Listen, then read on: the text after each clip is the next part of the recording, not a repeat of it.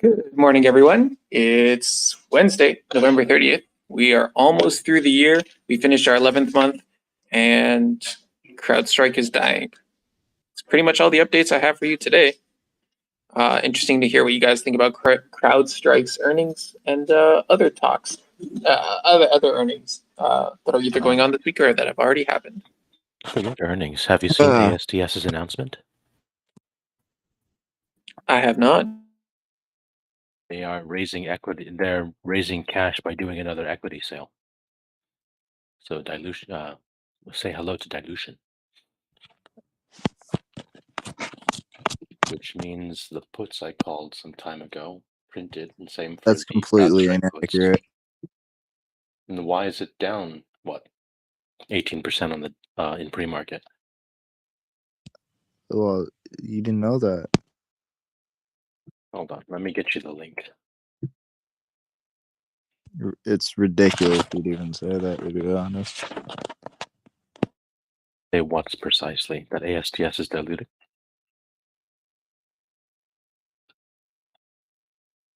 You're welcome to accuse me of misinformation, but back it up. I think the real question is, how much are you down perpetual? A lot. Oh, it's all right. So ASTS announced a $65 million raise.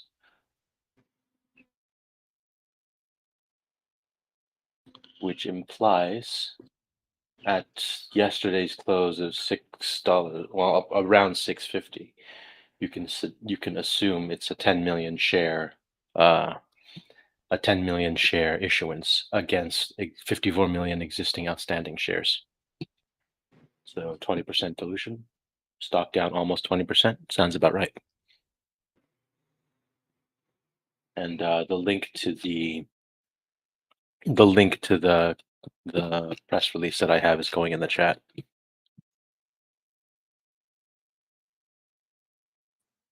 Hardy. Yes, Chief Prince. Should we talk about our friendly story? If you wish. It's ultimately your call, considering how friendly it is. Well, I figured that's why I let you talk about it. As long as I have your consent. Yes. So, yep. The other friendly story is Home Depot, from an unnamed source, has missed their sale targets over Black Friday so far by anywhere from 15 to 35%. And so we're currently looking at 65 Delta puts against Home Depot for March expiration. I'll be entering half my allocation now in case they announce the Black Friday numbers early, and then dollar cost average in closer to earnings date, closer to the earnings call, so that I don't lose too much money due to theta burn.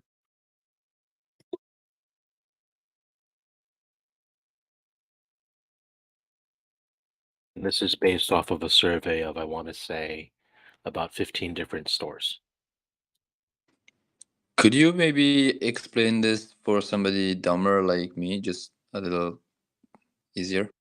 And what was it? Stores. These are Home Depot stores, ticker HD, Hotel Delta. So to try and make this ELI dumb, Home Depot thought, no, these 15 Home Depot stores each thought they would make $1 million in sales over Black Friday. They only made between $650,000 and $800,000. So they missed their sales by $200,000 to $350,000 against that 1 million projection. Does that make sense? The ticker for yeah, Home Depot. The ticker for Home Depot is HD. And the reason they call it Black Friday is because that's the one day of the year that the stores are supposed to go into the black. So that's a major miss. How regionally concentrated were these 15 stores? Geographically? Yeah, they were all over. Without doxing the source, they are concentrated in the continental U.S. and one in Hawaii. Hardy, what's your strike price for your puts? I don't know the specific strike yet, but I'm targeting 65 Delta.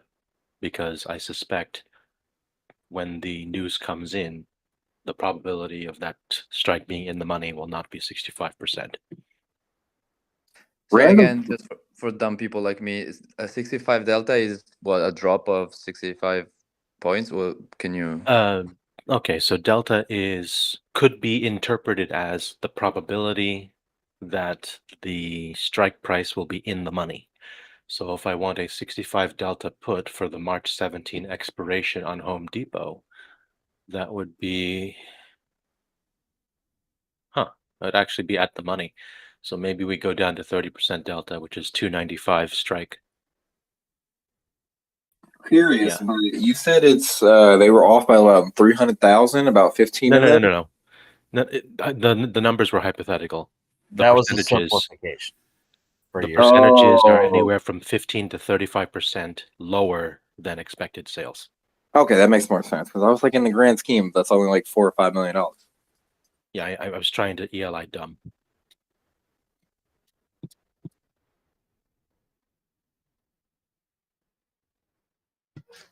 Oh yeah, this is a solid, friendly story. I really like it. I'm in.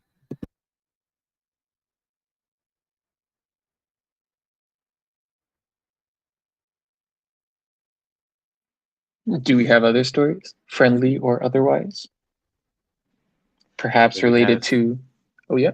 We have the ASTS dilution and the well, I guess the puts won't print, but it's possible this is an overreaction. So if the price at open is greater than 20% down, calls and short-term intraday calls. Otherwise puts, because the dilution represents an approximate 20% increase in the number of shares. Is that true though? Yes, I put the link in my source in the comments. He just really doesn't want it to be true. It's okay. Did this dude lose a lot of money or something? Yeah, he said so. It's Probably all right. lost about 20% of his money.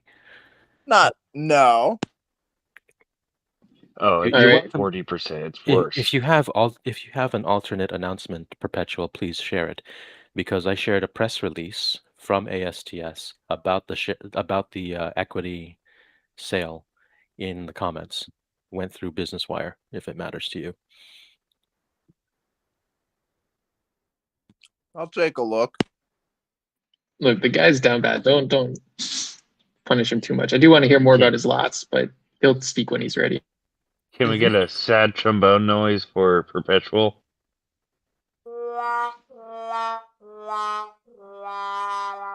Thank you for that. We still love you, Perpetual. Does anyone else have any plays to share? Perhaps related to this fancy title I put up. What's the deal with CrowdStrike? I know they missed earnings, but what was, I guess, why did they miss earnings?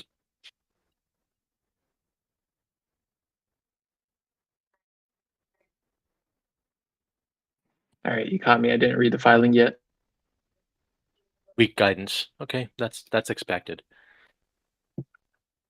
So they were expecting double-digit year-over-year growth. They had to revise to low single-digit, and they got punished as a result. Are there other companies in the same space that have yet to report? Every other company has suffered the same problem. So any company who's saying that they will grow double digits in 2022 and has not yet revised is almost guaranteed puts win. Any tech company, I would say there are a couple sectors that seems like their double-digit growth holding up. Looks like Which Palo ones? Alto Networks is down 2.1% in sympathy with CrowdStrike. I don't find any reason for this movement. Whoever had the growth comment, what industries are still growing double digits? Because I'd like to put my money there. You want to do puts or you want to go long on that industry? Cash secured puts. I had called it out a few weeks ago, but the inverters, so like SolarEdge and Enphase, they both still have double-digit projections and they met their targets, so that's why they're basically staying up while everything's going down. But they already had quite a run. SolarEdge, I had sold cash 200 strike cash secured puts, and I basically closed those for like 90% profit. I think my credit maybe was like 400.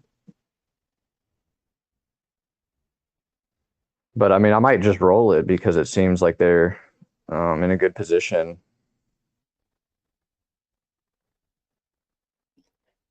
Yeah, I think a lot of the solar stocks, though, they're going to require oil prices to be quite high to keep up with the, a certain amount of the valuation that they've enjoyed. So yeah, I listened to a little bit of the earnings, and they did mention the war in Europe was basically helping them. So, Just like to come and say that I've watched 2 videos on Tasty Trade that Luke's pointing me to, and now I can understand exactly 4 words of what you guys are saying. What 4 words? I don't remember. The, it, money. No, it's like and is.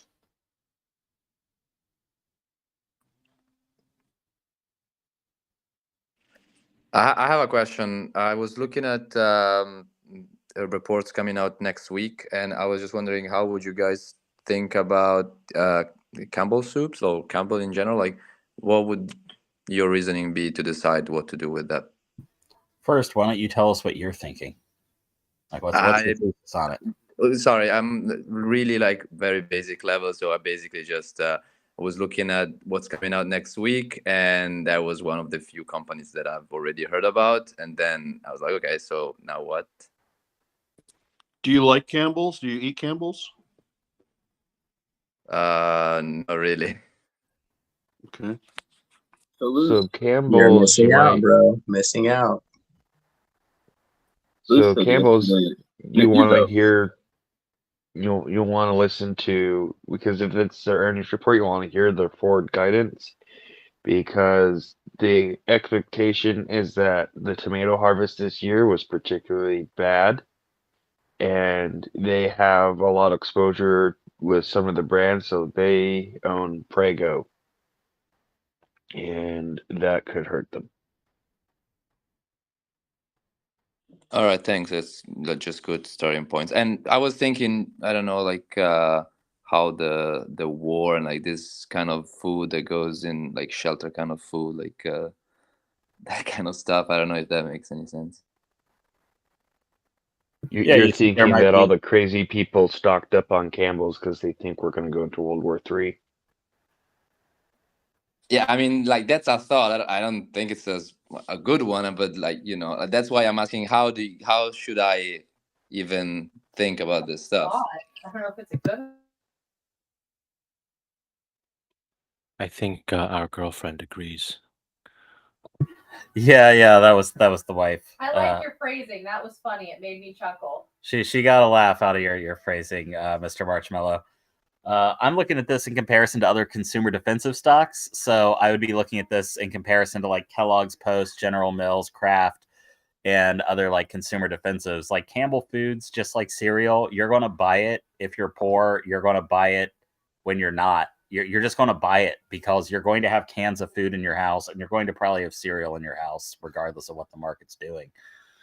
With that being said, Campbell's soup has a little bit more sauce, so to speak, than Kellogg's. I could see that there might be a slight down movement if it reports poor forward guidance on earnings. But I don't know exactly what strike I would play on this. I'm gonna have to do a deeper dive. All right, thank you. If I was going for a consumer kind of staple, I'd probably play it through like a Kroger or maybe a Walmart or a Dollar General, though it's pretty expensive. Just because in a recessionary period, I think a lot of people are going to trade down to private labels as well, and I think Kroger has a pretty wide selection of those, and I think is maybe more recessionary resistant than even Campbell's, which is already quite defensive, but does have that kind of brand equity that's priced into their products. And if people can't afford that, they'll trade down to private labels and trade away from Campbell's. So, The one thing I would say in reference to the retail stocks, you'll want to look at their cycles, because Walmart in particular, this is the time of year that their stock price is usually around the highest. So if you want to get into Walmart as far as shares, I would hold off on buying until it starts sliding down, usually around February. So I've seen it get down to around the 110, 105 range. That would be the buy time for Walmart. Smohan, I'm curious. Do you have a play on Dollar General, considering their earnings are like, I think tomorrow, right? Scald, is your wife okay? She's hitting that bong. No. It's a That was dab my pen. thoughts. It's a dab pen, not a bong. The Dabinator. Dude, I She swear got to to God. crawl before she walked. Please be serious about your wife doing dab hit. Oh, I'm absolutely serious. Yeah. Yes. Love you. I love you people. I don't know who you are, but I love you. You're welcome over for Christmas anytime. Yeah, so Scald, my opinion of Dollar General is that I liked the stock about 100 points ago when I was first trading it. Now it's just quite expensive. So for me, I don't want to touch it. But yeah, I'm sure there's something you could do with earnings. I just haven't thought about it in about 100 points. Understood. What else we got today, folks? eBay calls I bought. They expire on the 30th of December. Strike price is 47.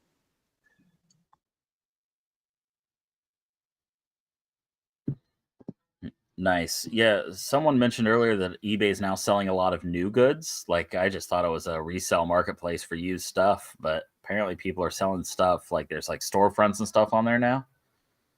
So people are selling new stuff and they're getting their Christmas gifts a little bit faster than waiting on Amazon or Alibaba. And I wanted to ask, what are those actual types of gifts that are new that people are getting off of eBay?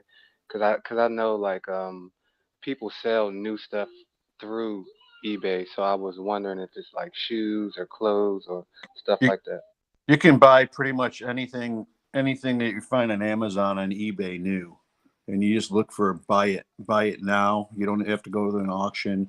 But most companies have storefronts now on eBay, and you just buy it, and then you can sort it based on free shipping, etc. But I used to be a big eBay guy. I switched over to Amazon, and now I just once in a great while, if I need a car part for like an antique vet that I own, I'll go on eBay. But that's about it. Yeah, eBay's sold new stuff for a long time now, like many years. And actually, there's a little bit of an arbitrage play you can do buying on eBay and selling on Amazon. Again, in a recessionary period, you may see people trading away from the relative convenience of Amazon and slightly higher prices for trying to deal hunt on eBay.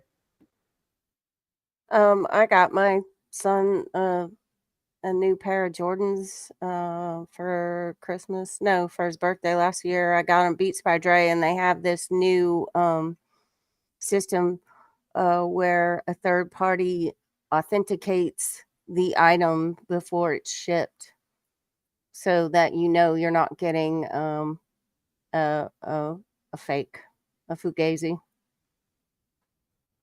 I buy all my computer parts when I'm repairing or building computers from eBay. I won't buy them. I used to buy them from Tiger Direct, but that place shut down. I only buy them from eBay. It's the cheapest prices and the best PayPal protect.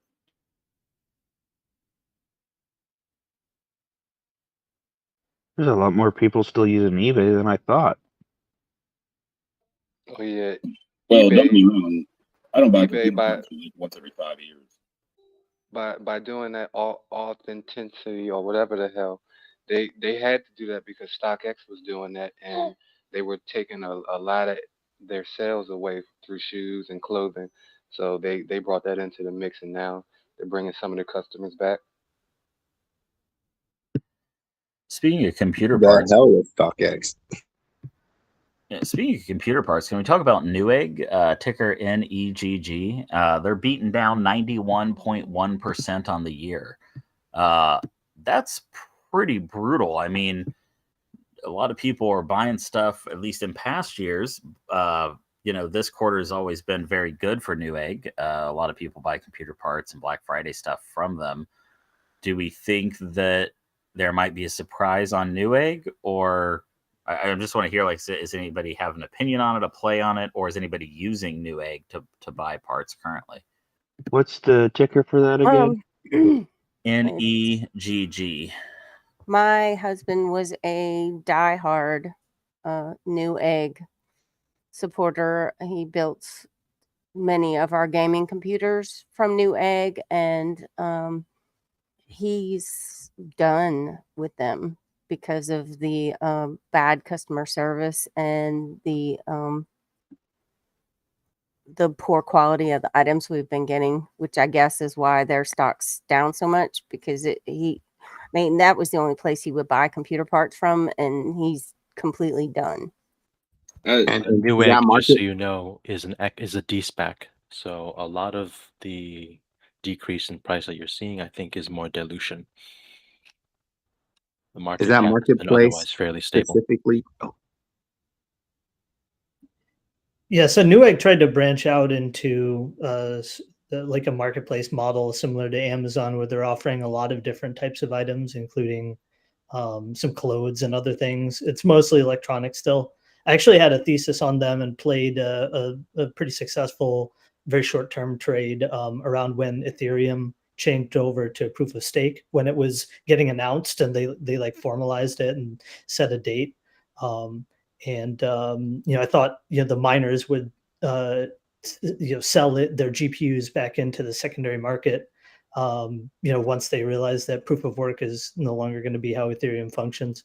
And so that was my thesis. There was a little bit of a play there. I think at this point now, though, from a secondary market perspective, like T Prince was suggesting, people have really offloaded all the stuff they're already going to offload, and there's already a glut, I think, in GPUs and CPUs. You see a lot of deal sites posting those kinds of products for sale all the time. I don't know that there's much of a market there for Newegg to make. I know it's down hard for good reasons. I don't think they have particularly good corporate governance. Somebody mentioned this customer support. I think that's also an issue.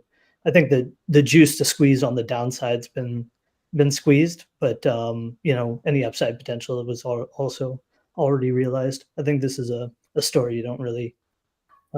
I'd find a hard reason from a fundamental perspective to trade this stock. Also, at a quick glance, it looks like Newegg is over 95% of its shares are held by insiders. That was just a weird number to see for me.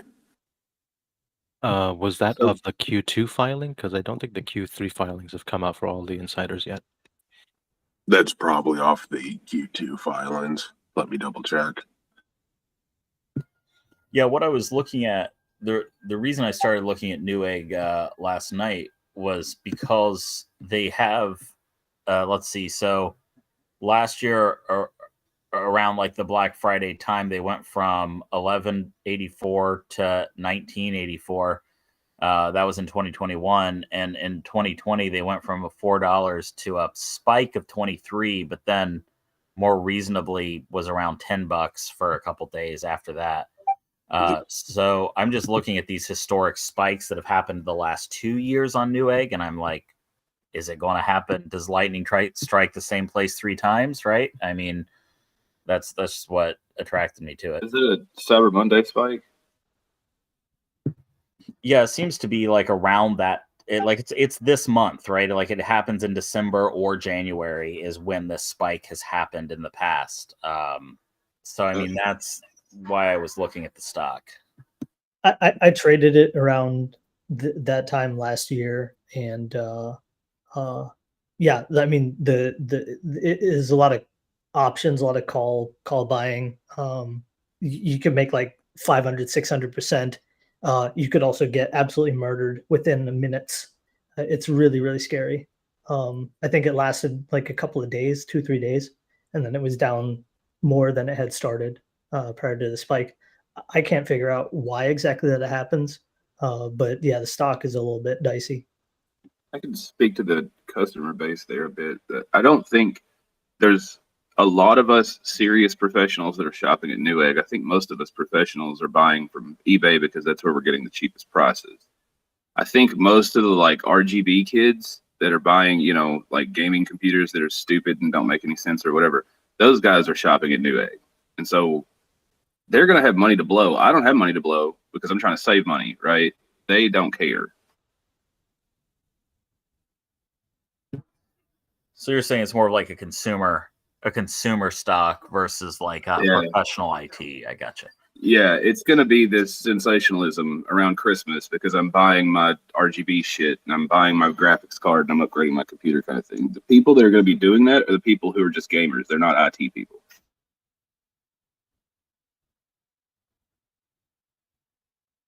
Which to me is bullish because you're going to have a lot more gamers than you are IT people. But it's only going to happen on the holidays.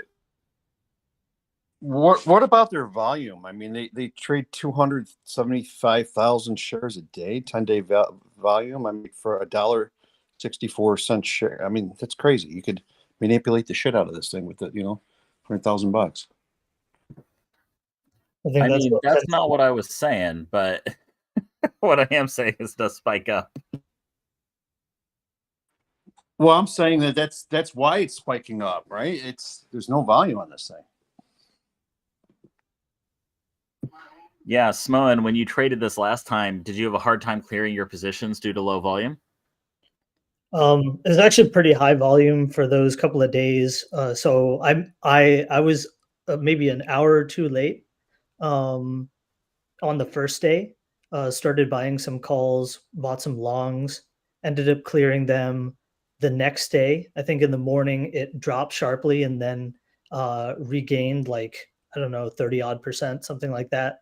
I closed it out when I felt like it might be exhausted. I think it went up another like, I don't know, 20-30% in the course of the day and ended up down like massively from even the start of the activity within 48 hours. It's probably sort of a pump and up thing. A bunch of people collude and sort of try to move the stock together, some sort of forum or insider sort of collusion. But be very careful, guys. I mean, this thing will rip your face off like within minutes. So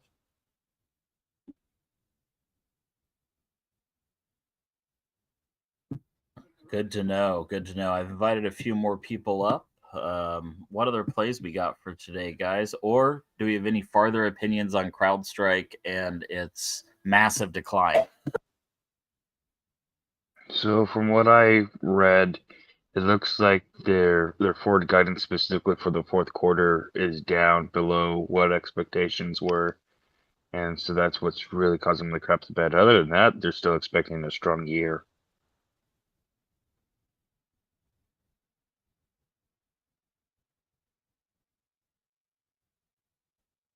I'm looking to buy more Hormel shares on the dip. They beat earnings per share, but they missed revenue. They reported this morning. Pre-market, it's looking like they're down about $2 a share.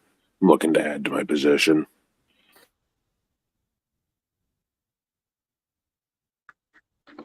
I'm trying to make an earnings play on the Unity UiPath. They got earnings on December 1st after hours, and I was wondering they gonna, since like all the tech stocks are going down and they are not making any profit, this company specifically, I do believe it's in a bad position. Anybody uses UiPath or know about it?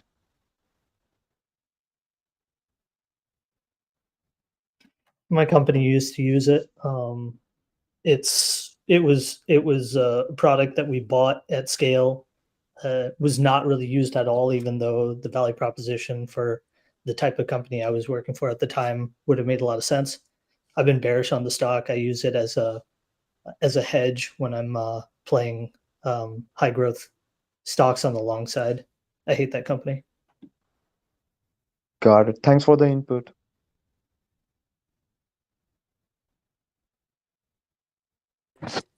Anyone else see that WallStreetBets BlackBerry call for about $100,000 they put down expiring in December and January. I believe it was a $5 strike. Not sure if anybody heard of any news on BlackBerry coming out. I saw that post and I thought, how ridiculous. I don't know Like, if they know something or just a complete degen. Go with a Google Pixel or a Samsung Galaxy, not BlackBerry. Well, BlackBerry's not about the phones anymore, right? Isn't that more a play for the tech, especially for the vehicle side tech, if you're bullish on BlackBerry? Yeah, I know they're kind of trying to pivot towards, the cyberspace and the chips, right?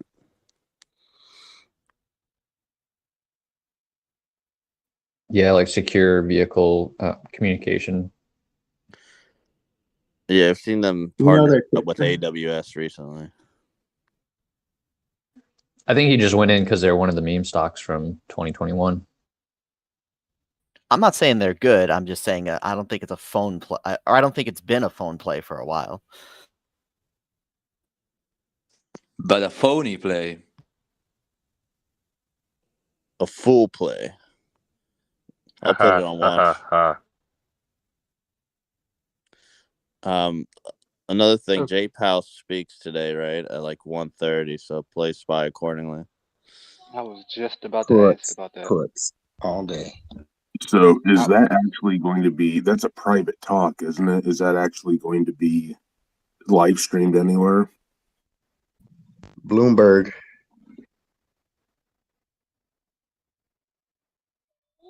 Did you say J. Cal? Jerome Powell. Feds are bumping up rates at least by 0.5%, I'm saying. If not more. If not more, because they're going to try to keep that China reopening sentiment down, you know what I mean? So I wouldn't be surprised if it's another 75. Market's pricing in like 80-something% chance of a 50. So if it's 75, you better be prepared for some blood. So yeah, I'm planning on buying calls when market opens, and close to Powell's speech, I'm buying puts. Hey. I think this ties into someone yesterday was mentioning puts on Bank of America related to this very announcement, or am I wrong?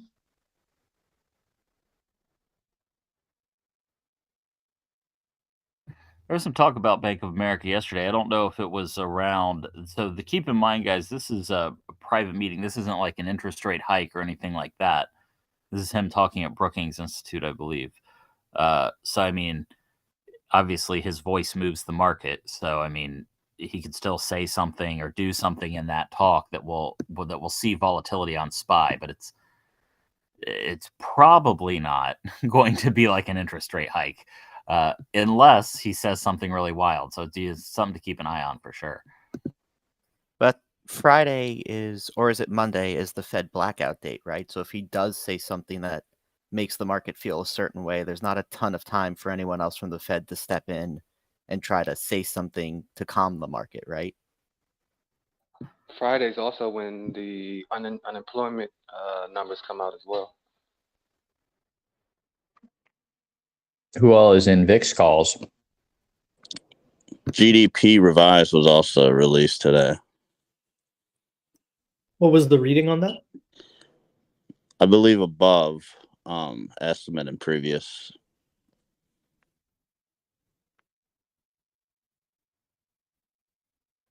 So we actually might not be in a recession. That's weird. Yeah, I believe it was like 2.9% from 2.6%. I don't feel like we're in a recession or a recession's coming. Thoughts? Wait. We're saying no recession next year now?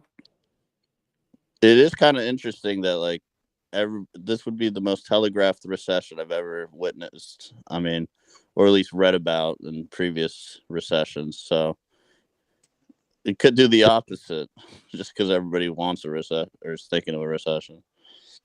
The 10-year bond yield was creeping up ever so slightly yesterday, it looked like. So let me ask you guys this. If the Fed comes out and says recession, but it never officially happens, can we create a recession just by responding to them saying that? Sure. That's what's going on now. I mean, They don't want companies they aren't don't want being us to spend prepared. money. Do keep in mind recessions are always like defined, called, whatever you want to like put it as, well after the fact. It's like 6 months down the line that I can't remember the name of the organization actually like calls them, and it's based on like whatever, you know, people always like to say here's the definition of recession, blah blah blah, but like COVID was a recession, didn't meet the technical definition, right? But they called it later on. So it's almost one of those things where like it doesn't matter if it's called a recession or not. It matters what the market does, what the economy does. That's what you should be paying attention to. I don't care what it's called. I care how things are moving. Yeah, and that's what J Powell's speaking on today, right? The market outlook. So, you know, I think it does have potential to move. But I guess the moment they say it's a recession, that's gonna move the market even more.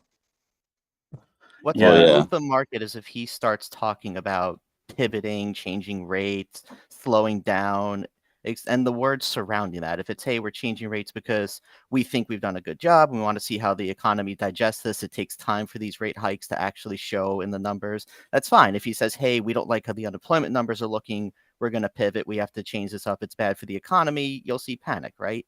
So it's kind of the words and then why they're saying those words. That's what's going to play into everything. Yeah, and like in behavioral economics, like one of the terms sometimes tossed around in psychology is called reciprocal determinism, where basically your actions, like your expectation of what you expect and your actions of that expectation cause the exact thing you thought would happen to happen, right? So I think inflation is going to be higher. I'm going to demand higher wages. I'm getting higher wages. Well, now everyone has to pay higher labor costs, which means the cost of goods goes up, which means inflation goes up. And you can see how that could be like a spiral, right? And it just keeps going back around and around. So these are the kind of market forces that the Fed and other central banks try to disrupt or at least keep in line, right, with a healthy market environment. But you're absolutely right. Consumer sentiment can drive markets for sure. I mean, from where I'm sitting, I kind of feel like the wage demands that workers are able to make, I think that's ameliorating somewhat. I think there's more labor supply available now. People are coming back to work. They're unretiring. They're getting let go from other jobs and having to find new work. I think the wage pressures will start to ease and have started to ease. But yeah, there's still, I think, some factors, especially with the dollar being so strong relative to other currency baskets, that are going to make things very difficult to manage from an inflationary perspective, and probably cause the Fed to continue to be quite aggressive. I don't know if anyone has any thoughts on that, or maybe on the Dixie, perhaps.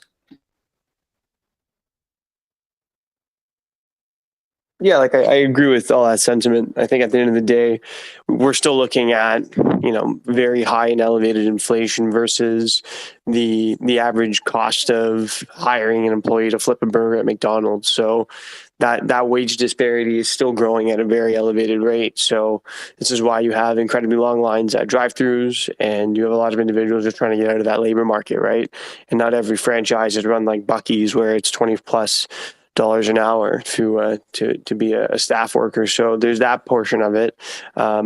But yeah, I agree with that sentiment. My plays are, I've just picked up last week some SPY puts, 410 for January 6th, and I think 405 or 400. I got to double check for December 30th. And I'm already up about 45% on these. I'm going to probably exit sometime in the next couple of days, maybe end of week or into next week. That's my play. When did you load the January puts that you're up 45% on? I got them when the SPY was at around 402, 403. Can't remember what. I think it was sometime last week. I apologize, my memory is eluding me. But yeah, when the SPY was north of 400, I did see the opportunity there, and I did capitalize. And you plan to hold? If you think that the dollar has peaked, would be UUP, like Union, and then P. I don't know, Peter. Union, Peter. So UUP approximates the US dollar. The options on this thing are slightly illiquid, but they're dirt cheap. So if you go out to, say, March 17th, 2023, you look at the $27 puts, They're 27 cents a contract. There's 15,000 open interest on them. The bid-ask spread on that's pretty wide. It's 20 to 27, so I tried to get a good execution on it. But UUP's options, this is typically not a very volatile vehicle because it approximates the dollar relative to like other currencies. So trading it, the options cost for it is typically very cheap, and it's something I've been trading for the past several months. This is something to look at. Yeah, I've been in UUP puts at the $28 strike for some time now, and I have some position that is quite underwater, and then I dollar cost average down quite aggressively, and so my average basis is not too far from where it is now. But yeah, it does move a lot more than you would expect it to for like the largest currency in the world. It's kind of an interesting way to play market sentiment because dollar goes up and things suffer generally.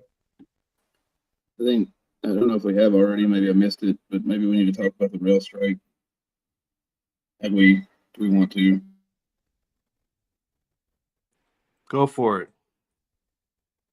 So I was in the anti-work subreddit yesterday, just reading stuff, and I saw a couple of railroad workers, like the actual union members, talking.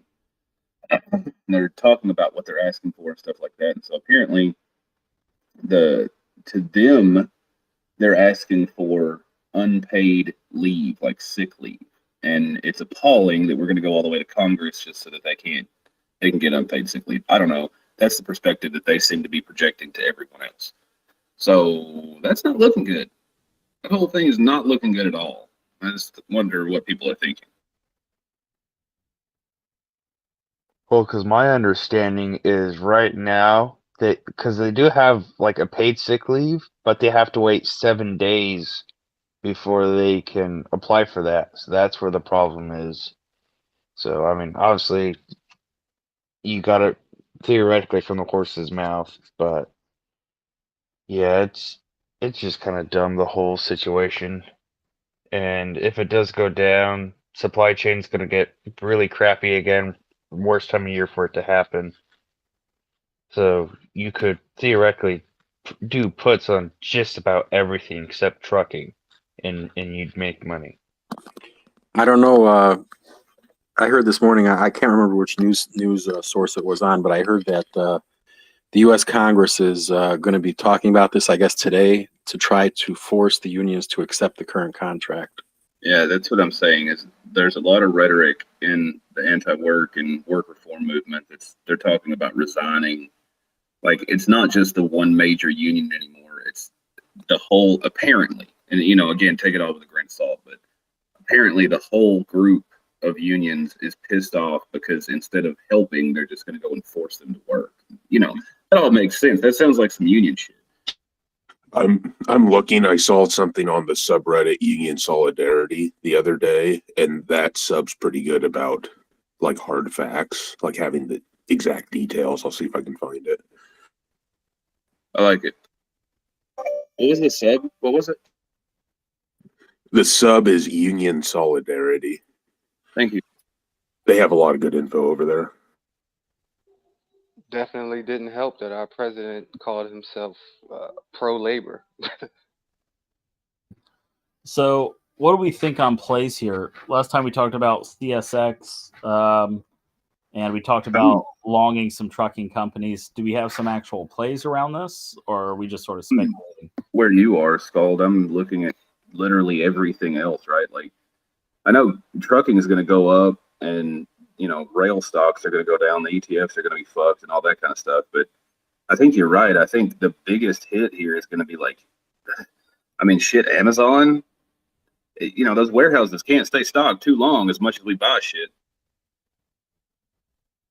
Amazon primarily is stocked by trucking, though, so it would potentially hurt them if trucking costs go up.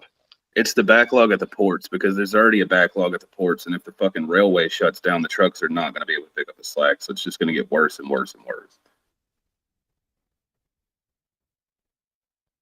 So, if I'm not mistaken, though, can't Congress or the Senate or whoever's voting on it just vote and essentially say, here's the new deal. You have to deal with this for the next 60 days.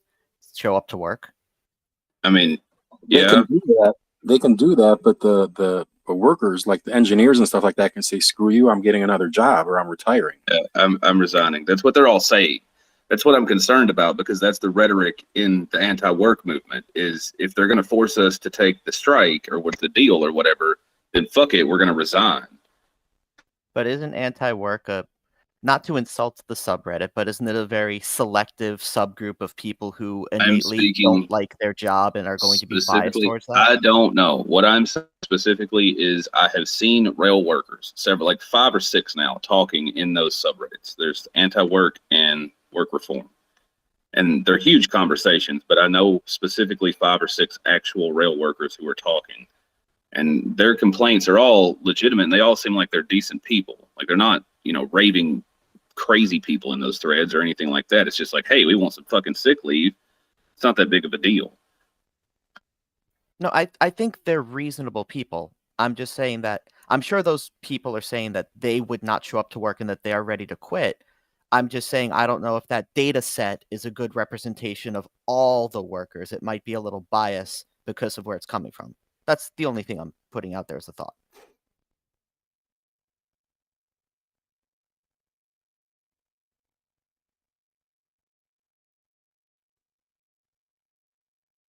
So what are your guys' thought about Amazon putting in $8 billion into the issuing the bonds for $8 billion? What do they need money for now? They're cash rich, right? What was the yield that they offered on those? Need to check it up.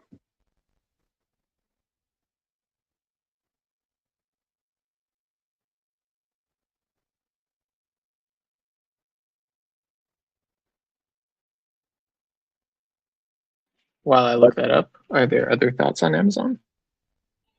Isn't Puts on that one, Ron. Amazon investing in cinemas to make movies as well? Yeah, MGM. Amazon just started a new series in Albuquerque, New Mexico. Secured for two seasons, a new show.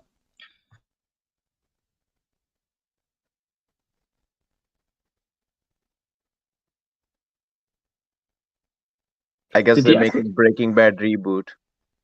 Did the acquisition of MGM include any theaters, or was it just films?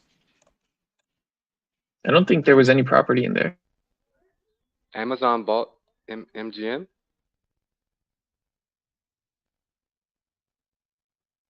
Yeah, a while ago for like 8.5 billion, if I remember correctly. Oh yeah. It was earlier this year. We're talking specifically the studio, not the casinos, right? Yes. That would be an interesting turn of events. Place your bet and see when your package will arrive. Is it 1 day? Is it 1 month? Roll the money. Oh gosh. Hey, Amazon's spiking. They just put out a press release. Biggest cyber weekend ever. Cyber Monday ever. Well, I guess the recession's canceled, folks. I don't know. Yeah, guys, did you check the chart that showed up? It is like last 3 years, $9 billion and up from 2020, the Black Friday sales. That Amazon spike isn't even 1%. It's spiking. Moon boys. I think markets are not too surprised because Shopify already reported much higher than expected, like or record sales. So Amazon kind of makes sense. Still interesting to see, especially when it's being compared to a year where people had stimulus money sitting around to throw into that stuff, right? Yeah, fair. We've also got a full additional year of inflation, so But it's also odd because consumer sentiment was at a 4-month low as of like just polling consumers. It's interesting that consumer sentiment would be low or bearish, and then they would go out and just spend a shit ton of money. I mean, that's an interesting. Well, I think there's maybe two effects going on here, and I don't know which one is actually going on, but it could be that there's a big transition from people purchasing, at brick and mortar to online retail. Because I haven't seen we've already talked about Home Depot missing targets. Home Depot is not exactly what I would think of when I think of like the holidays, but and then there's the other side where it could be just that people are out there looking for deals because they have less money to spend. So they're saving all of their spending for Black Friday, for Boxing Day, just because they have less money. Yeah, but correction there. That was Hardy and Prince, not me. Not to mention that all the pricing and everything has gone up. So I would think most people aren't looking to remodel and upgrade right now because it's just so expensive.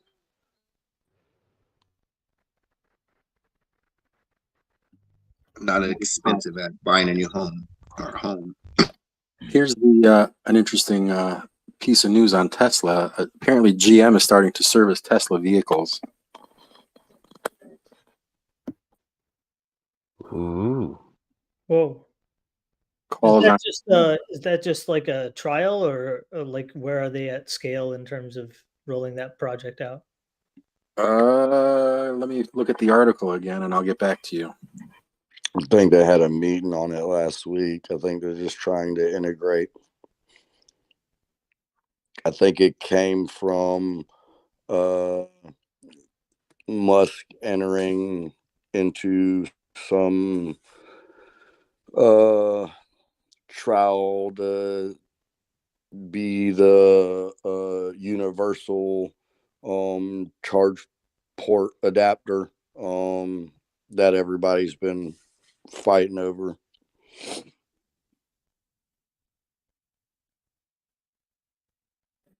They already released their charging tech, right? Yeah. Well, everybody has released their own, but the United States is trying to standardize a single charger, a lead per se, so that you're not going to have to go to a Tesla charger when you got a Tesla, and you're not going to have to go to a Ford charger when you go to a Ford. You're going to go to a Circle K. There's going to be one plug, and it's going to fit every vehicle. So I guess I should rephrase. When I was looking at EVs, one of the things they said is like, oh, you can't use the Tesla superchargers, but that tech's going to get released so that all EVs can now use that. So I thought that was happening or had happened. I think that's the idea, but I'm not sure that the vehicle tech itself is up to par yet. I'm fairly certain you can't take like a Bolt from Chevy that's 2 years old and charge it on a Tesla supercharger, mainly because the battery technology itself may be different, and you could cause overcharging, overheating, could cause a fire hazard just simply because the research it's not all the way up to par yet. But I think what we're seeing is the automotive sector in general are going to try to compete at gaining access to being one of the I guess patent holders for whoever gets chosen for their charging port to be that'll be their I don't know, they'll get rights. Everybody will have to buy the right to manufacture and put those ports on their chargers, but I'm not sure that the technology is there in the batteries yet, and I think that's kind of where everybody's going to come together. Thank you. So on the GM servicing, the president of GM said that they had serviced 11,000 Teslas in the last year at GM service centers. And the reason being that a lot of Tesla owners are frustrated with Tesla's service organization. And there's a GM dealership within 10 miles of 90% of the U.S. population. So it looks like GM is considering this as a revenue stream to service Tesla vehicles. I'm not even so certain they're trying to take part of that service market. I think those service numbers are probably skewed just because they do a lot of trade-ins, and Chevy's been selling, GM's been selling a ton of vehicles lately. So 4 minutes. A lot of those Teslas may be coming in for service, and then those customers walking out in a new truck or a new car, just because we've covered this pretty heavily. So what's the actual trades here? Do we have any trades on this? I mean, pick an automotive manufacturer and find some news. But all right, awesome. Lucid put. So I've got a play on Newegg. I've looked at this. Looking at the January 20th $5 calls, for whatever reason, that has 1,000 open interest on it, and all the other contracts have like nothing, like very heavily traded. So going back to the Newegg play, I'm looking at getting in to January 20th $5 calls for 2023. I'm going to try to get them at 2 cents a pop, trying to buy maybe 100 contracts. We'll see what happens. Newegg was big when GME went big. It's called your target price was $5. Yeah, just looking at the options chain there, like all the other options for that January 20th are like 300 contracts or 80 contracts or something. That one has 1,000 open interest on it. So it's got enough open interest and enough liquidity on that strike that I'm intrigued. And I'm going to try to be buying them from people that are underwater. Those were likely leaps that people bought last year when Newegg was at like $3 and thought it could reasonably go to $5. I'm going to try to give them an opportunity to get out for pennies on the dollar, but at least they won't lose everything. See if anyone takes me up on that offer. Couple quick announcements before market open. Tomorrow, our talk is going to be focused on Nintendo with Loose Ventures. And then on Tuesday, we have a text-based and hopefully a talk-based AMA with Ortex. And they'll be diving into their data, which I think will be interesting to a lot of people. Nintendo tomorrow? Nintendo tomorrow. So with 2 minutes left, anyone got some burning last-minute plays that to make at open or today? We talked about Home Depot, I think. It's probably the big one. Puts on my utility company. I've been without power this entire talk. Yeah, I have a play here with Okta. They're reporting tonight. I originally have an open Iron Condor with them, but I'm kind of second guessing that, and I'd like to probably go with a strangle at some point today. And just play a large movement in the stock price after they report. So probably looking, at 48 foot, 52 calls, and hopefully there's a big move there. Last day to buy eBay shares to get their 22-cent dividend.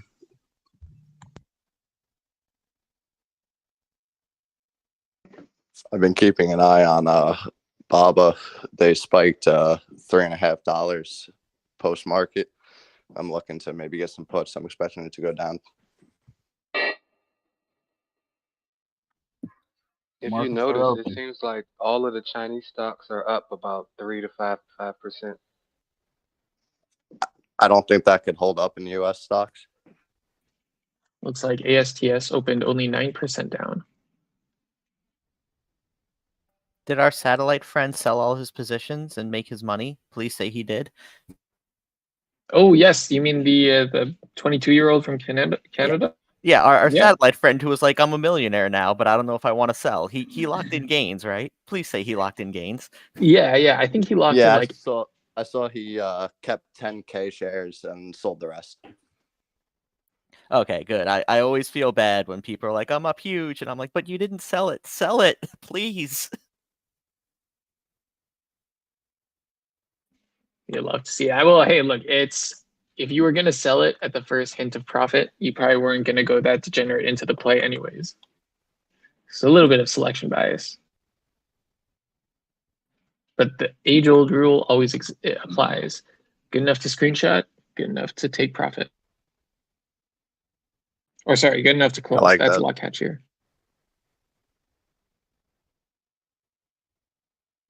Or at least set a stop loss so you don't lose the profit. Spies See, trying like, to play green. One up. Just cross the RSI 50. We'll see how far it goes into overbought territory if that happens. And there's huge strength in these Chinese stocks. They're doing the same thing yesterday as they were doing yesterday. Like even after market open, people aren't taking profits. They keep buying into it. It's pretty impressive. Aren't people assuming that their whole COVID zero thing is going to be forced to an end pretty soon with the protests, right? So isn't that where the bullishness is coming from in China?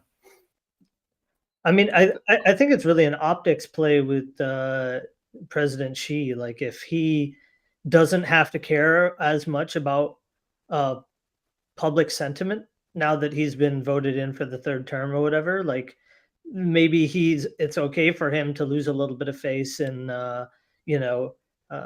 some sort of laxing of the COVID zero COVID policy and maybe an uptick in infection rates for the short to medium term. I think prior to that Congress being convened for his reelection, I think that wasn't really a proposition. Like he couldn't afford to lose any sort of standing in the public eye. But now, my understanding is he's basically invincible, right? More than he was before, I suppose. So now, yeah, does to your point, does he have the elasticity now to be able to say, yeah, okay, I'm gonna acquiesce to some of the demands from the public and sort of loosen the tight grip that he's got on the zero COVID policy? I mean, you guys think that has anything to do with it?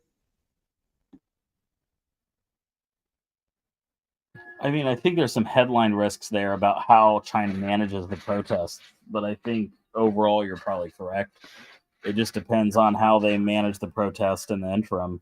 There could be some bad negative press internationally, depending on how they crack down on it. I mean, I think they were like tear gassing those Hong Kongers who were doing the umbrella protests, right? And like, I think that was in the midst of Chinese stocks really booming in 2020. So yeah, I don't know. It's probably just par for the course if they have, human rights abuses on their own populace still. I mean, they had tanks rolling down the street the day after the riots started, and they were scooping up people and throwing them in vans, and they were disappearing. So, not to be lame here, but what's the market related portion of this? Ooh, SPY do go up. Build-A-Bear was up 16% today. The influence on Chinese stocks. Yeah, market. Build-A-Bear is doing well in the bear market. Can you imagine? Oh my god! Coming. I'm so like Build-A-Bear is a sub market cap stock, so I'm kind of glad that we can talk about it because it's just like stupid stuff. Wow, it's actually like this is the first time in a while that they've rallied this high. I know they were up 16 or 17% at the high today. Okay, question: why were you looking at Build-A-Bear? No, I'm serious. Like it just seems like I was looking at him a couple months ago. Look at my profile because we were talking about the whole, the mall play and are people still going to malls? And then I saw that they were publicly traded and they were a micro cap, and I was just like, if we're in a recession, these guys are gonna die, and I guess they're not, and we're not. So yay. I think I speak for everyone that Build-A-Bear is the ticker you accidentally find when you type BBW into the wrong search window. And then you're like, oh my god, it's a stock. Bro, I was like watching the Undercover Boss of Build-A-Bear the other day. Although it aired a while ago, I just had to look it up to see how they were doing. And then I saw that it was up like 16%.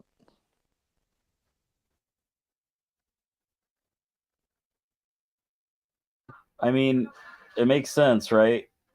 They have to do most of their sales in the fourth quarter because everybody wants their Build-A-Bear for Christmas. And Well, I would think that with it being Build-A-Bear, it's a personalized thing. So I think more likely you're probably seeing people buying like gift certificates in that. So it's like, oh yay, I got a Build-A-Bear gift certificate, and the day after Christmas, it's gonna be a mess.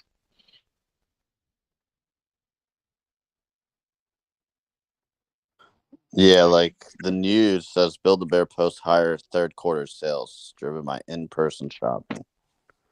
People are still hitting the malls.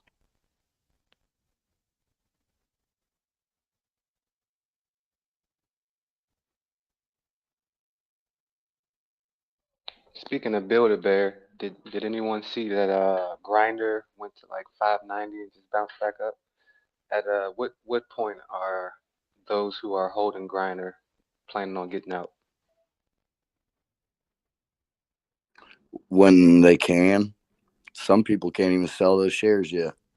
Or am I the only guy holding Grinder?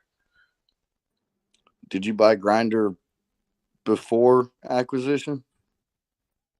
No, I bought it after it SPAC'd and went to 69 and came all the way back down. I think my average is like $8.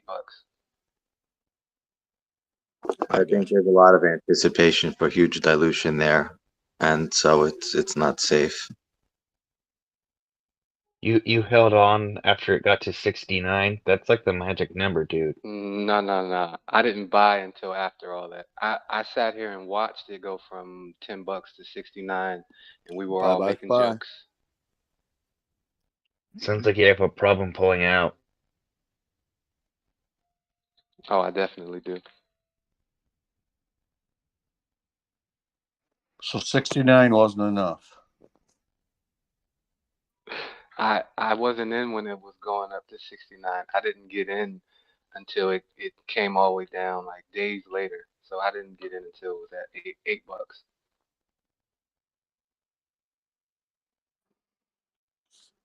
And I'm going off of, Match.com and all the rest of those that are, $2 billion market caps, and Grinder is at, I want to say, like 217 million last I checked. Sounds to me like you're in it for the long hold, bud. Yeah, but you gotta understand that market cap doesn't include the dilution that's coming. Heard that. Appreciate it.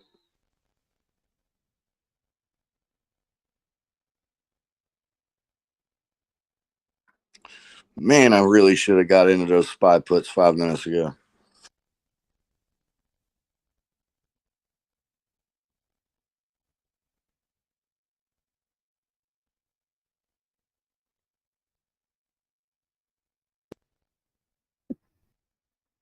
it's actually still not moving that much. I mean, it's moving a little bit, but it's not.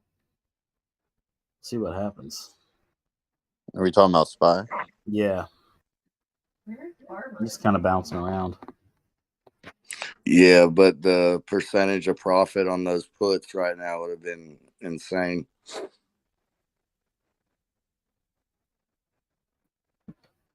This is where things like RSI actually come into play, in my opinion. Oscillating indicators, like that. If you're trying to day trade something like SPY, RSI might be something you want to add to your chart. Keep an eye on it. Hey, I put a comment out there. Charles Payne on Twitter. There's a ADP jobs report. Looks like 127 jobs in the private sector. And they were expected 190. I'd say that's pretty good. So less jobs than expected. Bullish because Powell wants unemployment up in order for the Fed to stop raising interest rates. Is that still our logic here? That's what I'm going with, yeah.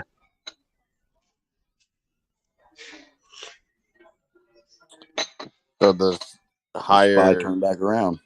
This higher than 1% interest increase, would that be bullish?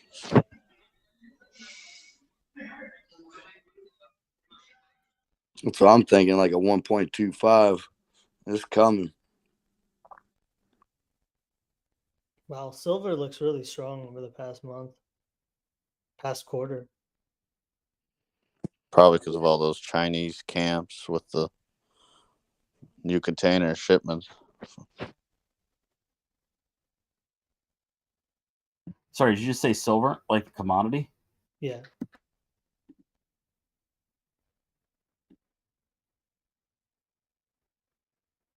I don't know what he was talking about with Chinese containers, but yeah, silver, SLV particularly.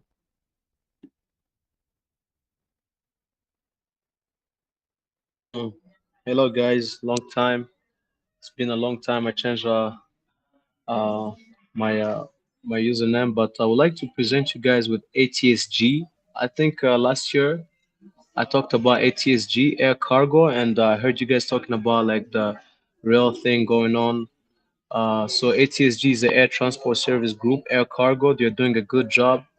They're growing on a incredible rate, you know, and their revenue this year I think increased by 10%, and they have a low float, very good stock. You guys should check it out. Y'all can do option with it. Thank you. I appreciate your ATSG comment, but I had heard from a friend of mine who's in the air freight brokering business that air freight rates are dropping off a cliff. Do you think they are going to be affected? Is this true, firstly? And then secondly, are they going to be negatively impacted by a decrease in air freight prices?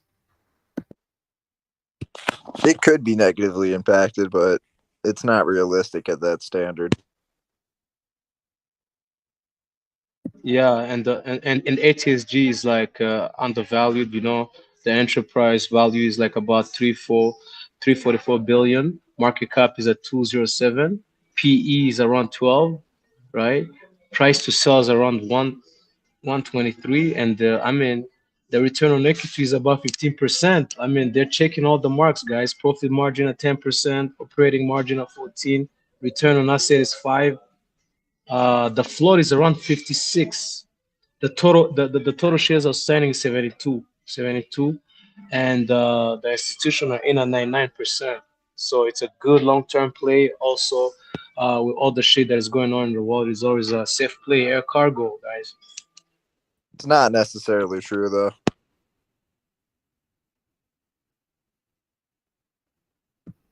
Do we have a bear thesis here from somebody else?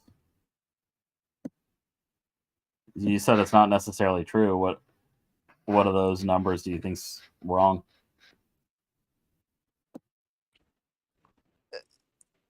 I don't agree. Just look at their chart. Where could I find that? The ticker is A as in Alpha, T as in Tango, S as in Sigma, G as in Gamma, ATSG. Okay. This coming from the guy that just was not believing that ATS was doing a dilution. That is true.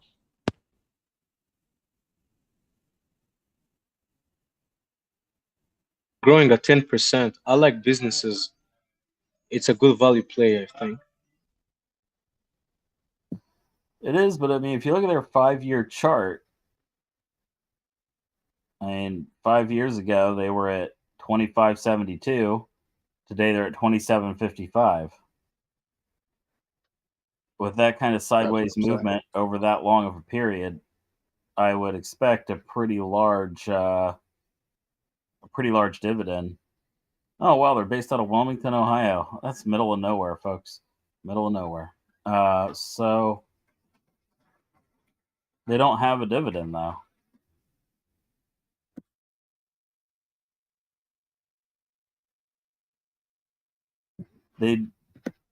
They did announce a share buyback. I think that's pretty interesting. That might be a reason to get in. If they Is start it a buyback or is it just a option? let's see. They have approved a $150 million share repurchase program to replace their prior authorization to buy back shares. During October 2022, under the previous authorization, it acquired 1.6 million shares, 2% of those outstanding as of September 30th. They were prohibited from share buybacks under provisions of a federal grant program designed to offset pandemic effects of employment for passenger airline companies. But it appears that those federal restrictions have been lifted. The board of directors believes that the share repurchases, when used effectively as a component of carefully considered capital allocation program, are in the best interest of all shareholders for ATSG.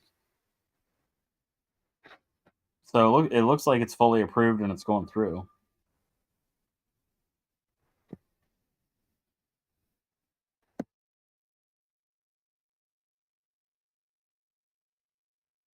Not sure if this is old news, but DoorDash just did about 1,200 layoffs, so probably bullish.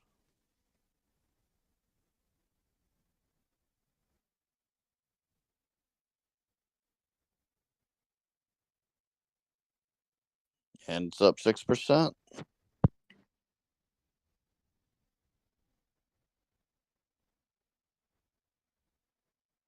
Now we talk about like market cap above 1 billion, but I got a good one for you guys. Doll bananas, right? Market cap is around 964 million, so only a few missing, to hit the billion, to hit the 1 billion mark. But enterprise value is around 241, and they're growing at 16%. And if you look at the summary, I like to use Yahoo Finance a lot. So at the summary of their growth, I mean, like this year, they had revenue. No, in 2021 they had 6.4 billion revenue, and in 2020 they had 4 billion revenue, 4.3 billion in revenue. So it's a good stock, and it's a good value play. They have a lot of ship. They own their own ships. I think they own a lot of ships to do their transport, and they pay dividends. They got a good dividend. Wow, this sounds like a really good stock that I should look into. Yeah, we've been talking about Finiskin. We've been talking about Dole on here for the last like 3 months, but we do appreciate you coming to the party and bringing the same thing to the table. A lot of us are long Dole, a little over 1,000 shares of it, and a lot of us are in it for the long term. That being said, they do have a high level of debt due to their acquisition of Total Produce. I think we've heard the bull thesis on Dole plenty of times. The bear thesis is they have a high level of debt due to their acquisition of Total Produce in 2021. Now, Total Produce acquisition to give them 40% of the produce market, but that's still, sort of a commodity-based market. It did give them access to ships, but shipping rates have come down, right? Zim has tanked, and a lot of the other international shippers, those prices have come back in line. So having your own fleet is not the boon that it once was. So again, I personally am long on it long term, but there are some things that are sort of the bear thesis. I believe Keeper of the Wall, let's see if he's got his hand raised. He actually wrote Dole, and Dole's finance department gave him a detailed breakdown of all of their debts, when they're coming due, and the interest rates on all of them. Maybe that's some DD he can share with us to Wall Street Bets. Yeah, because that was going to be my next question is that fixed rate or is there a variable interest rate? Because that would hurt them more right now. Yeah, it's mostly fixed with 3 to 5 year maturity on the debt, so they've got some room to breathe on a lot of it. But he has the actual breakdown from Dole's finance department. He just wrote them as an investor and said, "Hey, tell me about it," and they sent him an email that was very detailed, which that's always a good sign. I like when companies communicate with investors. Yeah, is he a big time investor? Because I have a feeling I wouldn't get the same response with, "Hey, I own 2 shares." You're supposed to say you're an XXX shareholder. Haven't you learned anything? Did we find out what's the date on the dividend for Dole? I believe it's December 15. Please feel free to double check me. But if you're holding before December 15, you will get the dividend. But double check it. That's the number I kept coming up with. SPY is moving violently sideways. It's going up and down a lot, but sideways. I was actually really surprised how responsive Dole was to the investor relations. like people writing them letters with questions or even suggestions of trying to get their currency trading under control, just because they had so much slippage just in transacting in different currencies. They went out and created a job or multiple jobs maybe for people to help with the Forex part of all of that, which makes me bullish. The fact that they're actually reading and listening and considering what investors have to say and sending them boring financial stuff back is pretty insane. Like, that's way better investor relations than I've seen from other companies.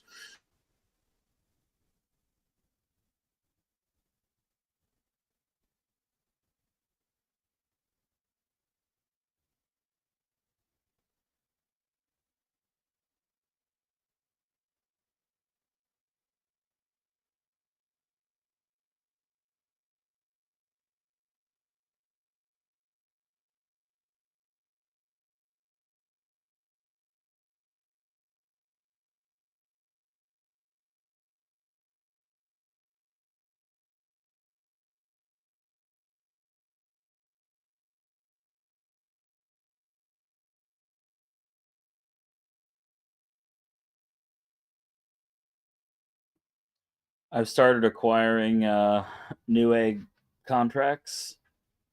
Oh, look, and I'm turning it around. It's already green for the day. Look at it go. It begins. Newegg, ticker NEGG. Why that expiration date? Because I was looking at the chart, they seem to have summer shoot ups also. And sometimes the shoot ups are all the way into February. There was just an ample amount of liquidity on that, like an ample amount of open interest on that contract. Admittedly, I didn't look out farther than that. So give me a second. Gotcha. Because I'm looking at at or in the money, just because that's a weird thing I do sometimes. I'm looking at in the money further out. That way you have a chance to buy GameStop, motherfucker. more of it. I was looking at Newegg though. Quite aggressive. I mean, that's the most DD I've ever heard in a long time, so I might be all in. Do they have earnings on GameStop? Absolutely. How GameStop they have earnings on the 7th, so I bought GME calls for the 9th. Oh, they got earnings next week. That's why the BlackBerry calls probably came out. I thought we banned GameStop. It was also interesting that he banned it from he was Toast. well aware of my My sexual activities. Hey, changing it up a little bit, I bought some lows on Neo. Is anybody looking at Neo? Is this because of China opening up the doors now? I mean, it's up almost 19%. Neo's I'm, up I'm 19. bag holding on Neo. Something else is I bought the lows Friday at Workhorse. Apparently, Workhorse, I know it's a mem stock.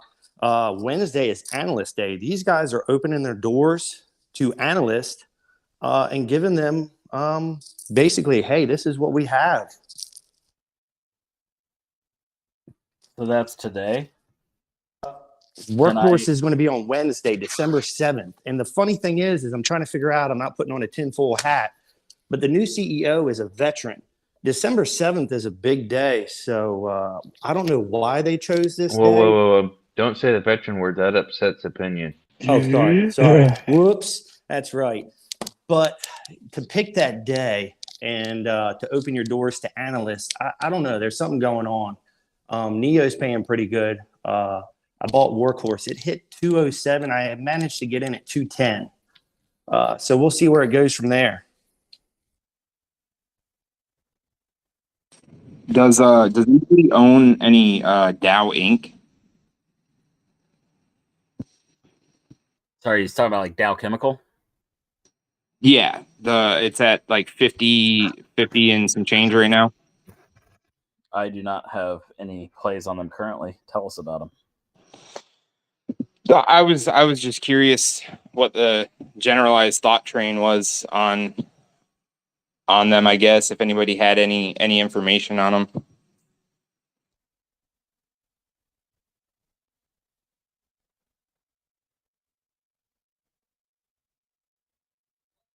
Wow, Neo is up 18%, while Baba is up almost 9%. Not to cut you off, buddy. Sorry. Hey, do you see XPEV Shipong also up 30%? They reported, so I think that's Neo's just kind of bouncing off their report.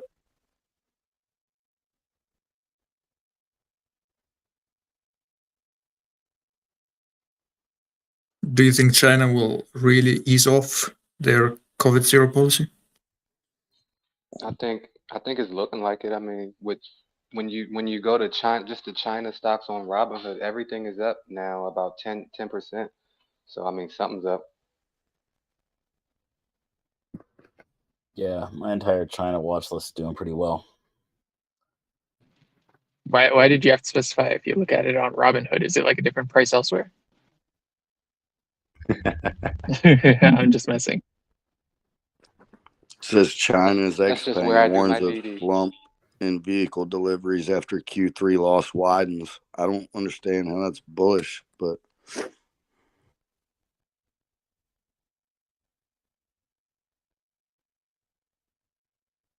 Oh wow. Another. Oh, go on. I got a play that might go back, might gain quite a bit. See, you guys remember Sibanye Stillwater Limited? It's a mining company from South Africa. Precious metals, and got good numbers. And before, during COVID, I think it was around $18 a share, and it went down with all this BS that's been happening lately. So it's around $10 right now. It's 11. It's going up right now today at plus 1%. I think I talked about it during COVID, like last year. I used to talk about it on my other Solomon Slippery. So guys, check it out. I think it's about to go quickly. It's at 2% today right now. Check it out. What's the ticker? What's the ticker? Yeah.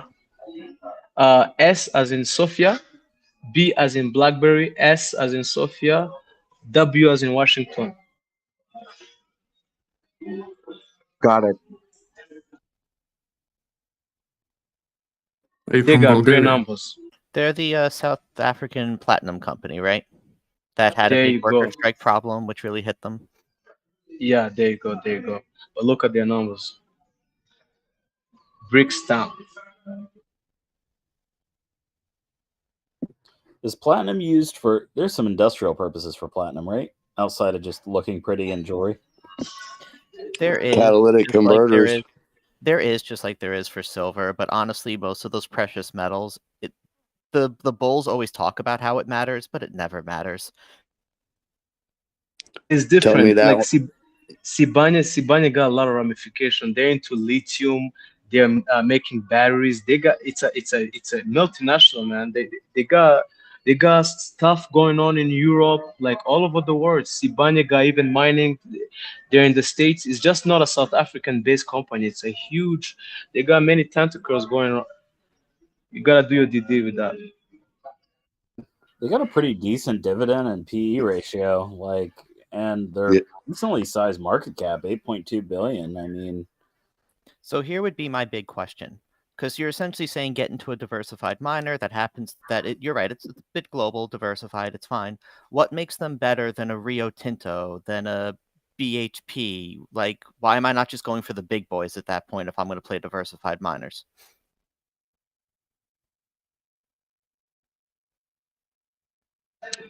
Once again, business return on equity, their return on equity, 24%. Operating margin is at 24%. Profit margin at 13%. And right now, institutions are not yet there, right? So it's gonna the institution presence is around 8% right now.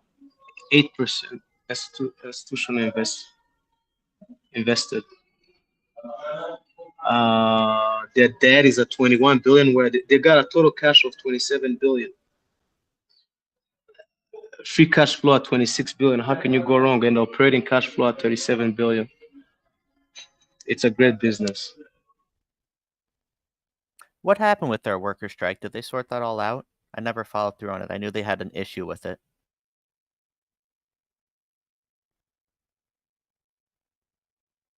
Haven't checked out, but I'm holding quite a shares. I'm getting dividends from them. I never paid attention. I'm not sure. What's the ticker again? Sorry. S as in Sophia, B as in Blackberry, S as in Sophia, and W as in Washington. Oh wow. SBSW. SPY do go down. I went down, right? It was hovering around $16 a share, 18, even went to 22. I even had calls. You can even play with calls. You can make some nice in the money long-term calls with them, lips. He was talking about SPY, which totally different, but yeah. So talking about the strike, they resolved the strike on June 3rd, 2022, because company agreed to pay those wages they asked.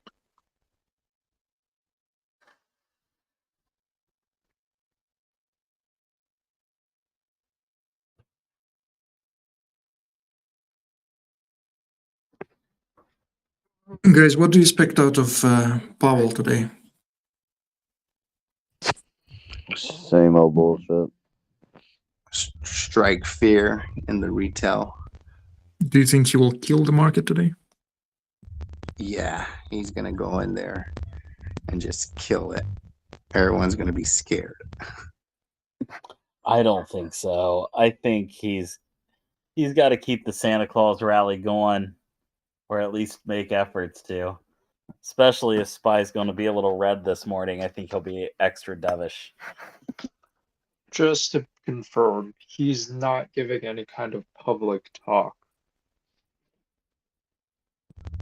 No What do you public. mean? But as discussed earlier, his words, anytime he speaks, has power. Think of him as the Kim Kardashian of the stock market. Or Trump. And I think he's going in there just weary about China reopening and whatnot. So he's gonna. Yeah, I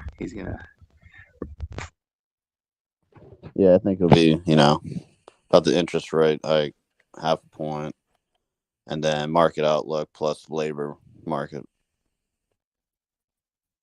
Do you Even if remember it what? is a 50 BPS hike in December 16, do you guys think that that's going to drop things?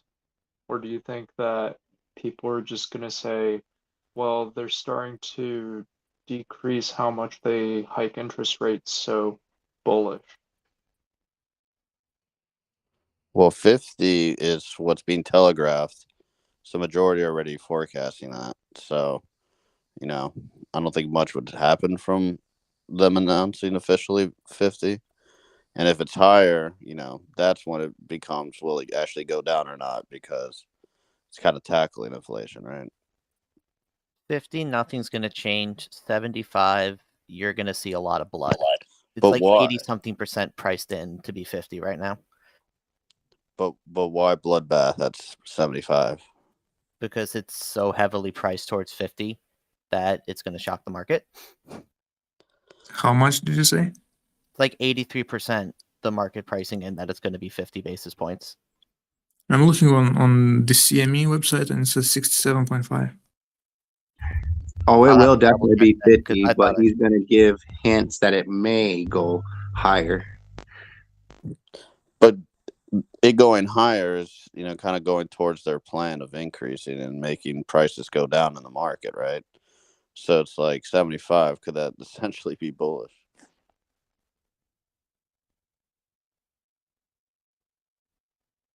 I think the argument is that if it's 60 to 80% priced in, let's just call it 75 on average, going from 50 to 75 would be a 50% increase relative to the expectation that's priced in. So I think it would just be too much pressure on the system. Also, people are getting very desensitized to rate hikes. Like, even a 50 rate hike is actually pretty high. I know we've gotten so used to these like 175, 75s, but it's a lot. I missed the Do day you when they remember did what? lower rates. Build-A-Bear is up 14.9%. It looks like it's fighting its way up again after a little bit of a drop when market opened. Build the bear to the moon. Yeah, what the heck? Let's fucking go. RP, Do you remember what Here's our happened next on? meme stock. So I looked at that workhorse. They're not too far away from me. Maybe I should go there for Analyst Day. Just be like, I'm here from Wall Street Bets. Just walk around. Dude, that'd be hilarious. Do it. Do it. Is there a chance for a pairs trade with short BBW, long Twink?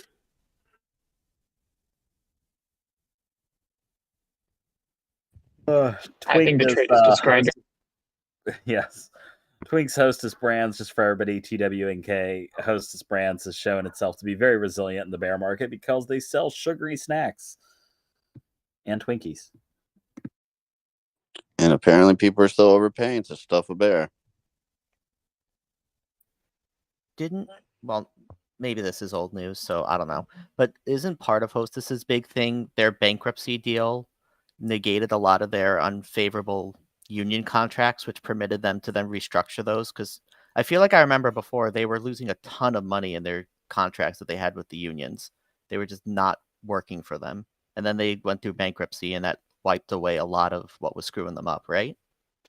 Yep, that's correct. They also invented a new type of dough that doubles the shelf life of their already very long-lived products.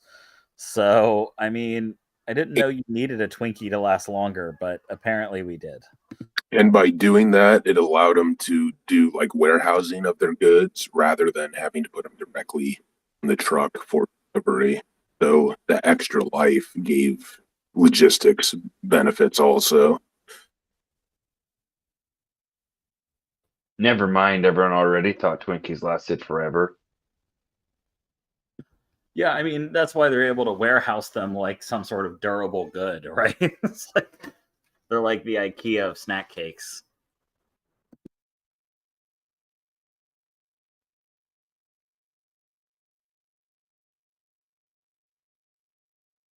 So the Build-A-Bear stuff got me thinking that, you know, this might be bullish for in-person shopping in malls, which got me thinking about SPG, Simon Property Group. They hold a bunch of A-rated malls, which are like the malls, you know, those malls near you that might have like closed down and has like 2 stores left in it. It's not those malls. They own the nice malls that have like Nordstrom's, Saks Fifth Avenue, and a Tiffany maybe. Stuff like that. That's what Simon Property Group owns. And they've held up surprisingly well. I traded them a lot during COVID, and I'm looking at maybe getting back in. So for those companies, are they like for the malls that are not doing well and then they convert them to like, let's say, apartments or something like that? Are they still owning those property or like the land, or are they just selling over rights? My intuition would be selling, because something that a lot of people don't know about malls is up until 2018, from like basically the 1980s until 2018, there was a giant tax break for building a mall here in the United States. So basically all the square footage that didn't have stores in it was considered like a public space and got you huge tax deals. And Congress just kept renewing this and renewing this. And mall operators kept just selling the malls back and forth to each other to renew their tax benefits. And those finally expired in 2018 and sort of accelerated the retail apocalypse. So I would imagine that the people that are still holding these properties are probably just trying to offload them. But that's just a guess. You know, that's just from the information I have. I don't know that to be true. Yeah, They're the reason we have super so high. many malls is because it basically, with the tax breaks, you couldn't lose money on it. Yeah, that's right. Nice dividend too. 6.05%. It's $7 annually. Not too bad.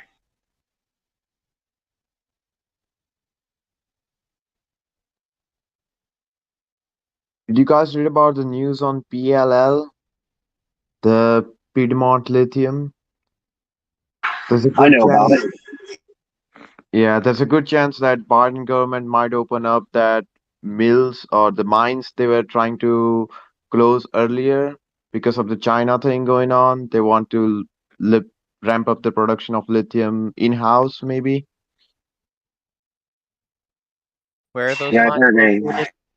North Carolina. The headquarters is North Carolina. On the That, note of that's the lithium, we should. headquarters, but is that where the mine's located? A lot of these companies don't necessarily run their mines out of where their headquarters are. I will check. Right, it is strategically located approximately 25 miles west of Charlotte, North Carolina. That's what it is.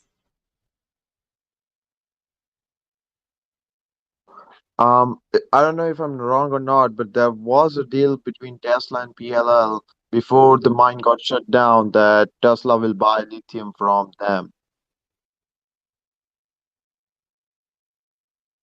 Allegedly, it is the second richest deposit globally, the largest mine in the United States. Of lithium? From what I'm reading, yes.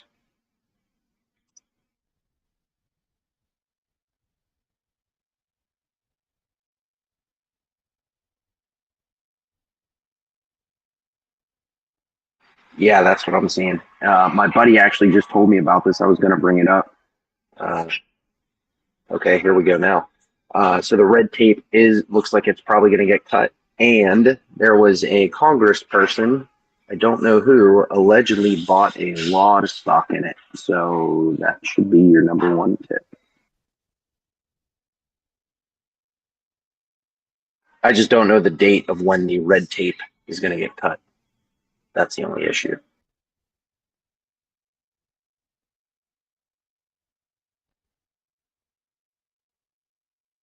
I guess the best part So is the stock has not been spiked up yet, so what are they waiting on? Do they have a physical mine and they're just waiting to get it greenlit to go back online, or are they waiting for permits to build a mine? Looks like the mine's already built.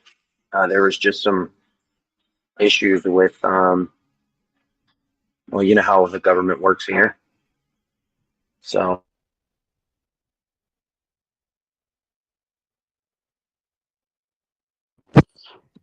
Have we talked about any of the earnings today? I think we have Snowflake and then CRM. Oh, did Salesforce report pre-market today? What are they doing?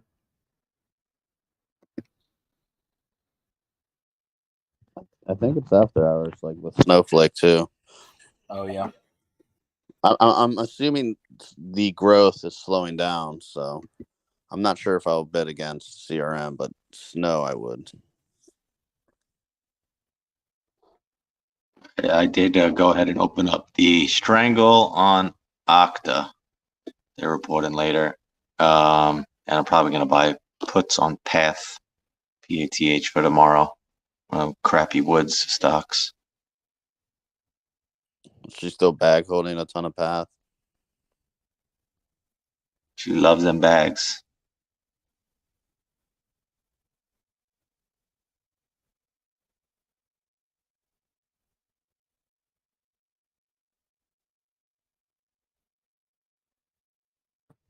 My God, I just looked. It's like 76% down to the year. The what? Yeah, she was buying heavily like a year or two ago. Yeah, she was buying heavily just after their latest quarter, which sucked. And she just bought right into that. Same drop. with Coinbase. She loaded way more of that. I feel like you zoom out on literally any growth stock and it's just negative 60% or worse, which is especially terrible for Kathy Woods because that's like her entire strategy is just buy growth. She would either be completely wrong or completely right. Turns out, definition of a bull market genius, I guess. Brutal. No one could have foreseen this. Yeah, it's crazy how the market just put her on this huge pedestal. You know, that she was great. She was making money during a bubble. Unbelievable. I think it was But mainly because that of her Tesla shares, right? Sorry, Opinion, go ahead. no, you're right. Yeah, she had like this insane price target on Tesla, and then it hit. And so after that, she was apparently revered. But no, it's like that. I don't know if it's Warren Buffett or who said it, but it was like only when the tide goes out do you see who's swimming naked. Is she considered an idiot for investing in growth stocks heavily right now, though? After listening to Luce's talk yesterday, I feel like the strategy is to get your money in growth right now, and we could just be like overreacting because we basically will have to analyze these trades like a year out from now if Well, she's getting her average costs way the down. problem the problem with most of these growth stocks was the fact that they were not growing. They were just losing money at a very fast rate, trying to acquire customers or trying to build out product. And so what you'll To see with clarify, I'm talking about what she's bought in the last like 3 months. yeah, my point still stands. So a lot of the things that are being overvalued and actually starting to be seen fully, as someone said, the tide is going out on those stocks. The valuations are all dropping significantly back down to realistic values. So right now, even if you do see long-term potential for a particular company, you have to take into account their earnings and valuation too. And as for that, I personally am still pretty skeptical about the valuations of several of these companies, particularly with Tesla. I think when you see massive dips even further with Tesla and 5 or 10 of the unicorns that aren't profitable, that's when you can start thinking about growth investment again. That's my opinion. But if you want to talk about plays, I actually do have a play too. So Do you have a considering play relative to fading any of her stocks? I personally am bearish Tesla. I think that the more shitstorm that gets drawn up with Twitter, the more you lose out on the customers and the advertisers on the platform, the more money has to be shoveled into the burning fire pit that is Twitter. So I think that there's going to be a more liquidation of assets on Elon Musk's hand. And Elon Musk has also been talking once again about how he's worried about the interest rates causing a recession on the horizon and urging that Powell needs to start slashing interest rates again. I think that's more of a personal issue for Elon because he's going to have to start finding money. And when everybody's short of cash, he has, so much over leveraged interest in Tesla that it's all just going to come down like a house of cards. So, bearish on Tesla. Not necessarily a personal problem, though. So there's a bunch of numbers coming out on SPY right now. A bunch of numbers on SPY. Not on SPY, but specific to SPY. Looks like unemployment is down. Which is Looks bearish. like home sales are down. Looks like which is bullish. I just wanted to note something. Have you guys seen what's happening with Grindr right now? PMI is down. Grinder's I way just down. seen that. No. Have you Unless seen it it went just now? something changed. Grinder? Yeah, Grinder just had a pop from about Look at it right now. 620 to about 7, whatever it is. Where did it go? Whoa, there it goes. It's way down. Is it back up now? Dude, this It's stock way is down. incredible.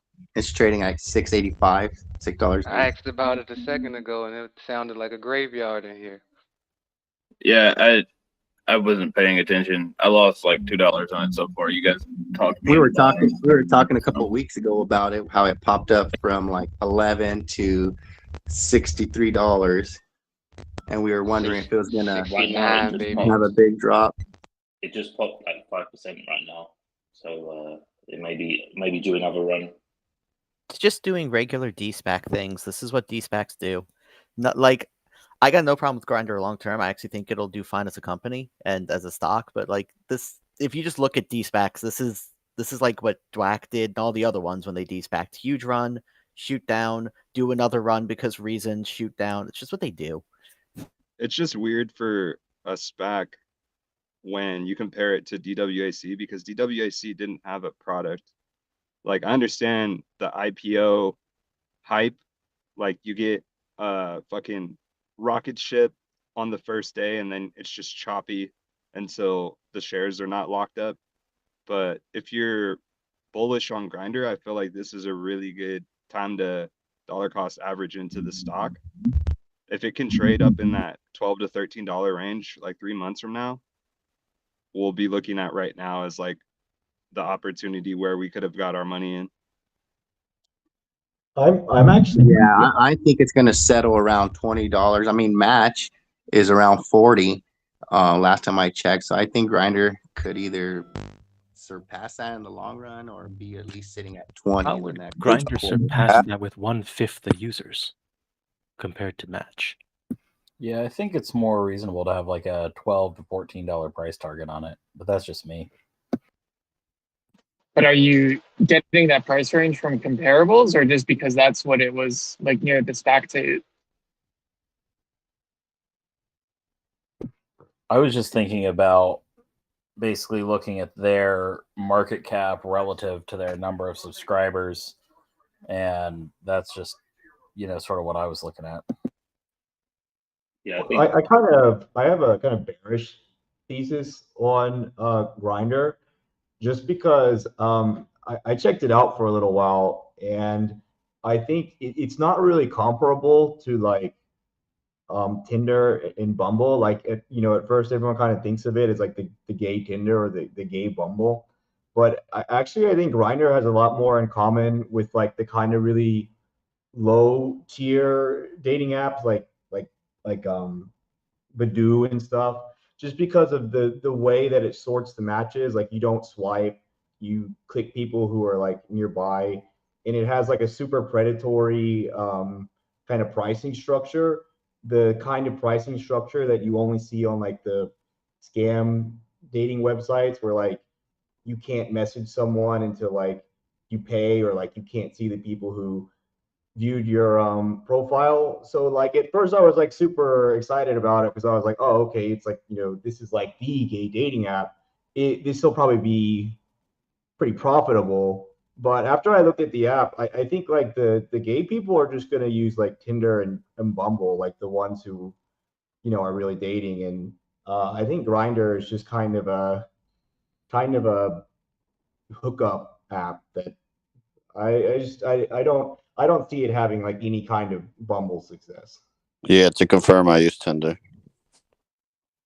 Right, but I think there's something to be said for it being the hookup app, right? Like, like the gay it's dude's literally so it's literally that like joke commercial you see of like singles in your area desperate to meet you, except Grindr actually delivers on singles in your area desperate to meet you, right? No, I totally agree. It has everything in common with those types of websites. I was really surprised, and I was just really off put that like it won't let you click on profiles that are near you. Like you can see like 25 profiles, and then it's like, oh, if you want to see a 26th profile, you have to subscribe to our pretty expensive subscription thing. And yeah, I just felt like for a free user like Tinder and Bumble are just, I don't know. I don't know if you guys are getting what I'm saying, but it's worth considering before you invest a lot in Grindr. Is take a look at the app. Oh, but you're saying makes perfect sense. I just think they're targeting different things. I think Tinder and Bumble are targeting people who want a relationship. Grindr's targeting horny dudes who are horny. Grindr's actually just for the LGBT community. It's not just men. It's women, trans, and queer.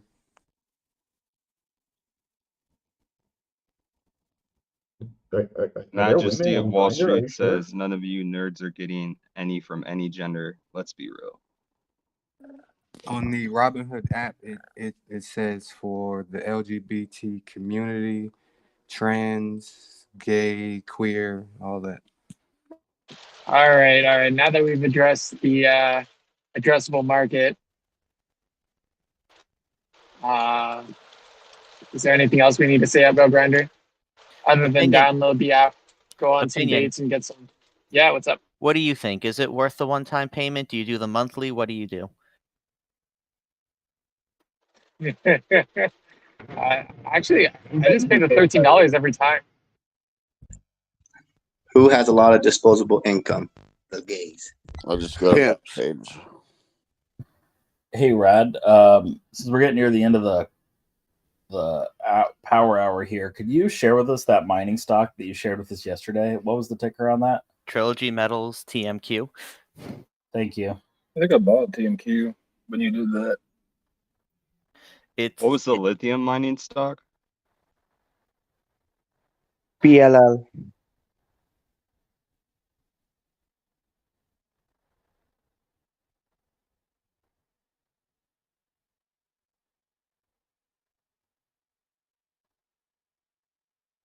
This has been a pretty good talk. Like, there's been a lot of plays.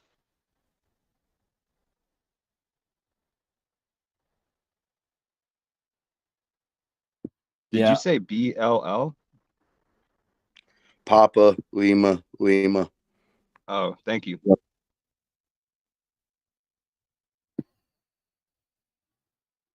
I've started to get in on that new egg play that I mentioned earlier. I've started buying. There's still like low liquidity, so I don't want to buy too much at once, but I'm just buying 5 contracts at a time on it. Some people are buying in the money. What was the strike on? I was looking at the January 20th $5 calls.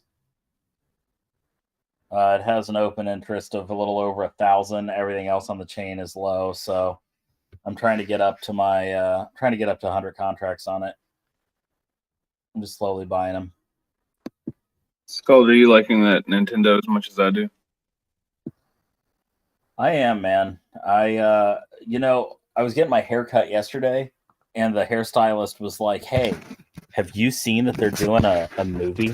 That they're doing another Mario movie?" Mm-hmm. And like, I just thought that was wild. Like there's obviously some buzz about it. What's your, if you don't mind, what's your cost base?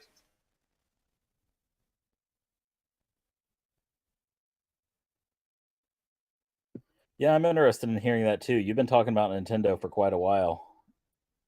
My cost basis is 1047. I had some that were like 1150, but I sold those off at a loss just so that I could get a little bit of cash to play some other stuff. And so now my total cost basis is 1047. I'm holding 160 shares.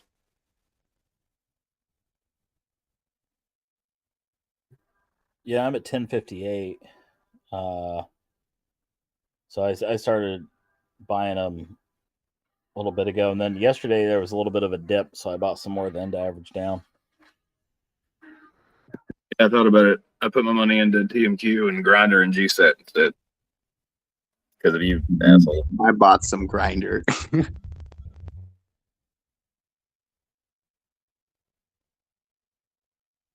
All right, I need everyone to feel bad for me when I say this. My cost basis for Nintendo is 1172.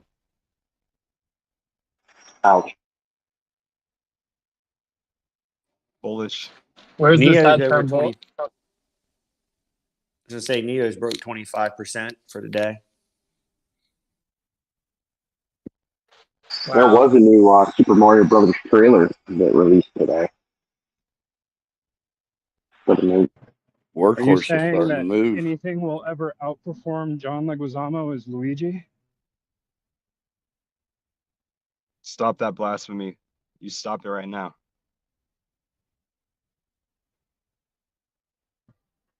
Workhorse is starting to move. Workhorse is up 5%.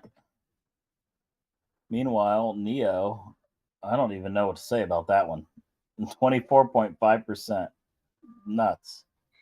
I think I called that yesterday. It was some kind of Chinese health association that they recommended that the lockdown be lifted, and it started moving yesterday, and today it's just it's going. I don't think China has a choice, man. I think those people are fed up. They've had enough.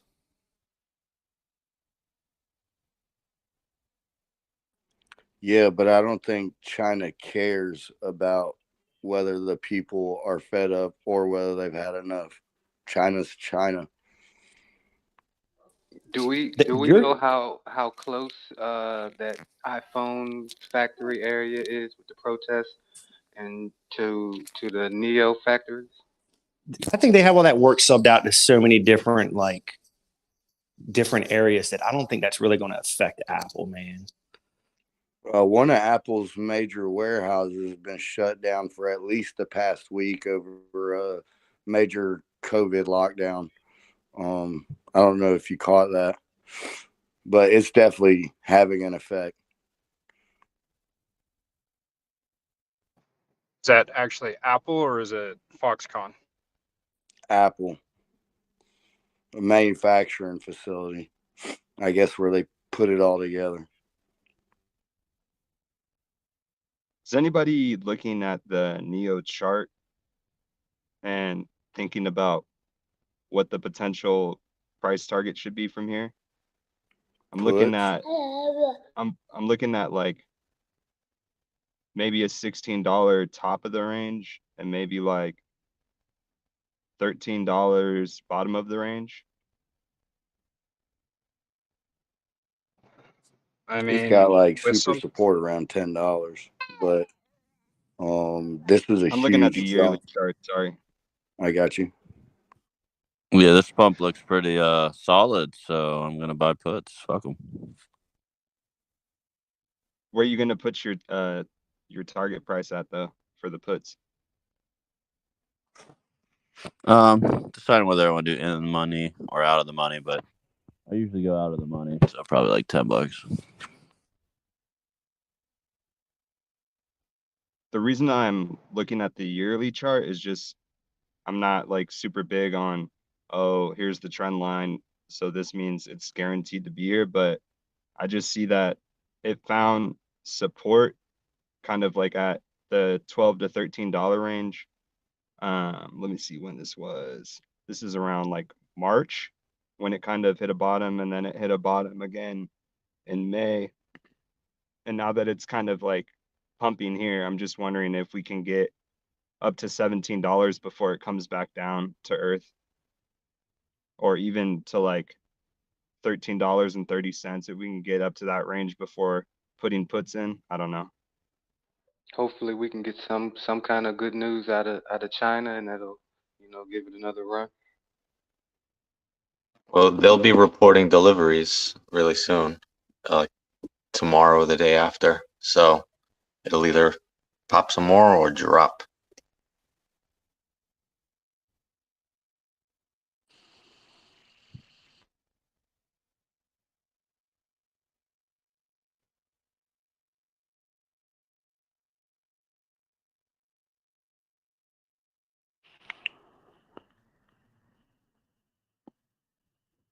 I mean, if Neo goes over 14, then I'm most likely going into puts.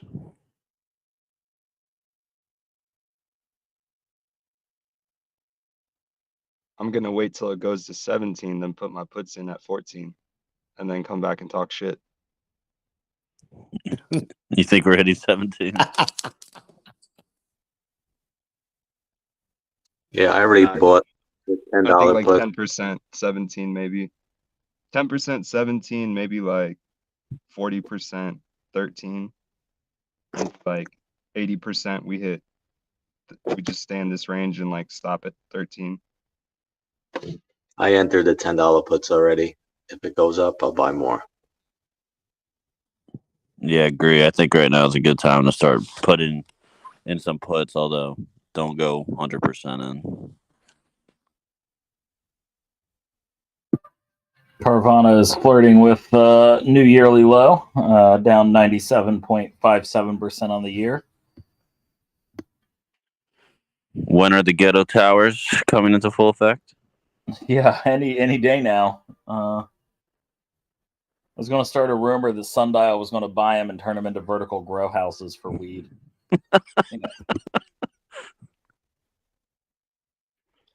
As much as I believe I that, would have believed that too. I got another play. So I'm looking at Realty Income, ticker O, as an Oprah, and considering that housing market is down, I think that there's definitely some potential here for more downside. Now, there was a drop November 28th. You could see there's that 4.3% drop.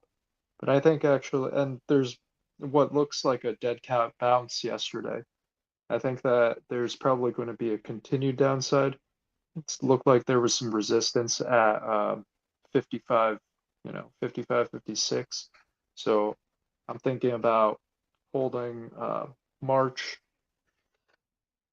puts, try to hit a target of 57 or 55.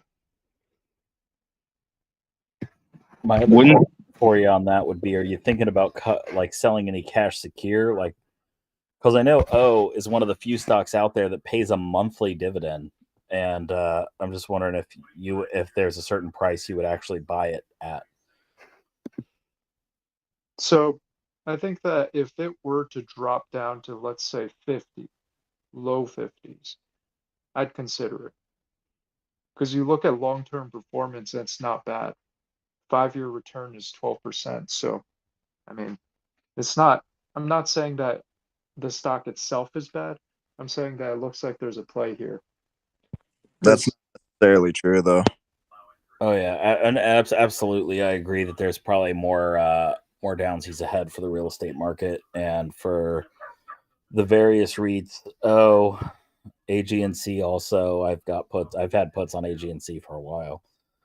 They have 8.7 times leverage. I just think they're going to have a bad time if the real estate market slows down with that much leverage. Hey, isn't the rate hike like December 14th? Is that when Powell speaks again? 16th? Okay. But is that because of that? I think it's general market slowdown.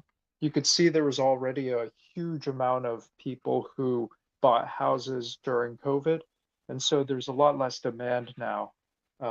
Even though, yeah, so the supply of houses is also starting to go up.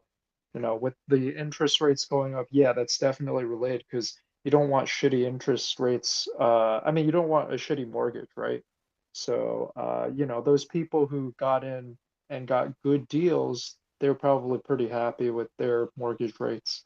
But I'm guessing, you look at actual disposable income, you look at savings rates, and then you also look at the increasing mortgages. It just doesn't make sense for people to be trying to buy houses, but nobody has the money to, and it's expensive.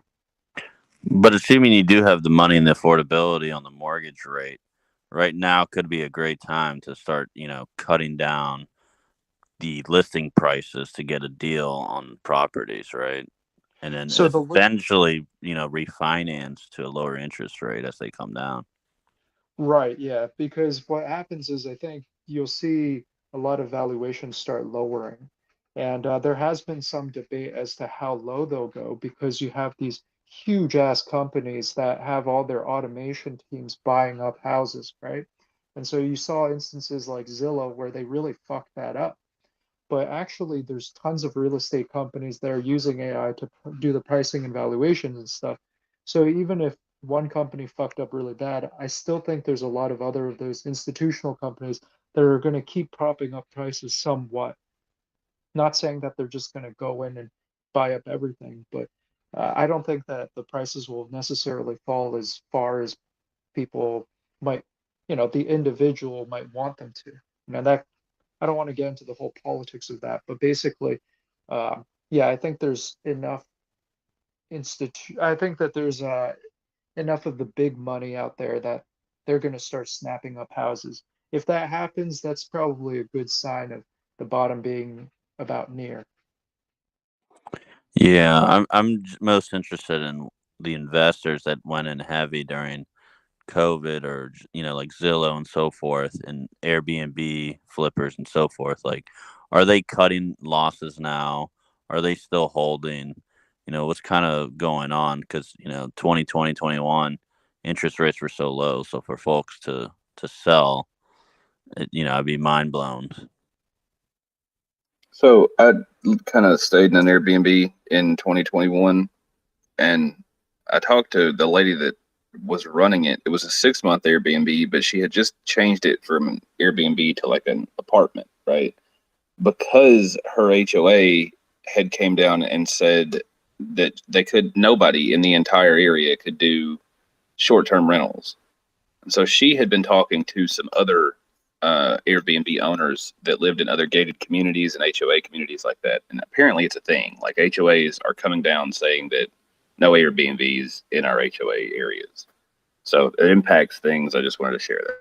Yeah, It's I been live like that for a while. I would say for at least 3 years. Yeah, this was especially like in go ahead. 2 years ago when I ran into this. So yeah. Yeah, in 2015, there were people that were able to sign multiple leases and manage multiple apartments, and they basically were making 6 figures just renting spots, running Airbnb through them and managing that. And this is in like multiple major cities. So once the major cities realized how much money they were losing from the hotel business, a lot of hotels started lobbying against Airbnb. So basically, it's structured now that if you have a guest staying for a short period of time, you have to be physically present for the duration of their stay, or you can set it up as basically a sublet and then change the duration of the stay. So somebody could book for a month, you confirm it, and then after the fact, change it to like a 2-week stay. And that's in major cities like New York, Los Angeles, Nashville. But I think that the long-term use case for Airbnb is still there. It's way more affordable than a hotel, obviously. And we saw how popular it was for people to book remote stays during the pandemic. But I think you're just not going to see cities allowing people to make 6 figures off of renting other people's apartments for Airbnbs. Yeah, well, the other thing was that in addition to the hotels not liking it, it was also a bit of a housing crisis because you have, especially in cities like New York, in that there's such a demand for housing, and the cost of rent and that is ridiculous. So then you had people exacerbating that by renting all these apartments and then turning them into Airbnbs. And so that's why a lot of municipalities like New York City and that were cracking down on them hard. Coming from a person that lives in New York, the majority of people here hate Airbnbs and Airbnb owners, and we're doing everything we can to get rid of them. Well, here's a thought on Airbnb I think a lot of people sleep on is campsites. Believe it or not, I've seen several private property campsites on there that I'm very interested in paying somebody like $80 to go and hang out by their lake and stuff like that. And so, like, I think when we're talking about going into a recession, like, people are going to start doing things like that more often instead of like, I'm going to the mall or whatever. We're going to go rent this place by this lake and hang out there for a while. Wouldn't it be cheaper just to go to like a KOA? I think so. I think the thing that for me personally is I don't want to go to like a public campsite and hang out with other people, right? Like, I don't mind that, but if I can spend $80 and drive an hour away, then I have my own fucking lake with a pier and a nice view and a horse and shit like that, then I'm going to do that. Especially if I have a family and I'm in the middle of a recession. So can we talk Isn't that about what already Airbnb's insane stock compensation program? I mean, I'm still bearish on them. Like, as a company, is anybody bullish on Airbnb? I'm not bullish. I'm not bullish. I think that they need to figure out the trajectory of their user participation and acquisition, because their trajectory, when we're talking about that 2015, think about it like this. As a young bachelor living in New York City, I was basically able to travel like 2 weeks per month and have my entire rent paid for. So people like me were signing up because we could offset our expensive ass rent, travel when we wanted to, and just basically hire somebody to clean up after our guests left. So I think the adoption slowed down exponentially. I think the restrictions on the duration of stay and even getting an Airbnb approved now requires approval from your fellow HOA members or your landlord.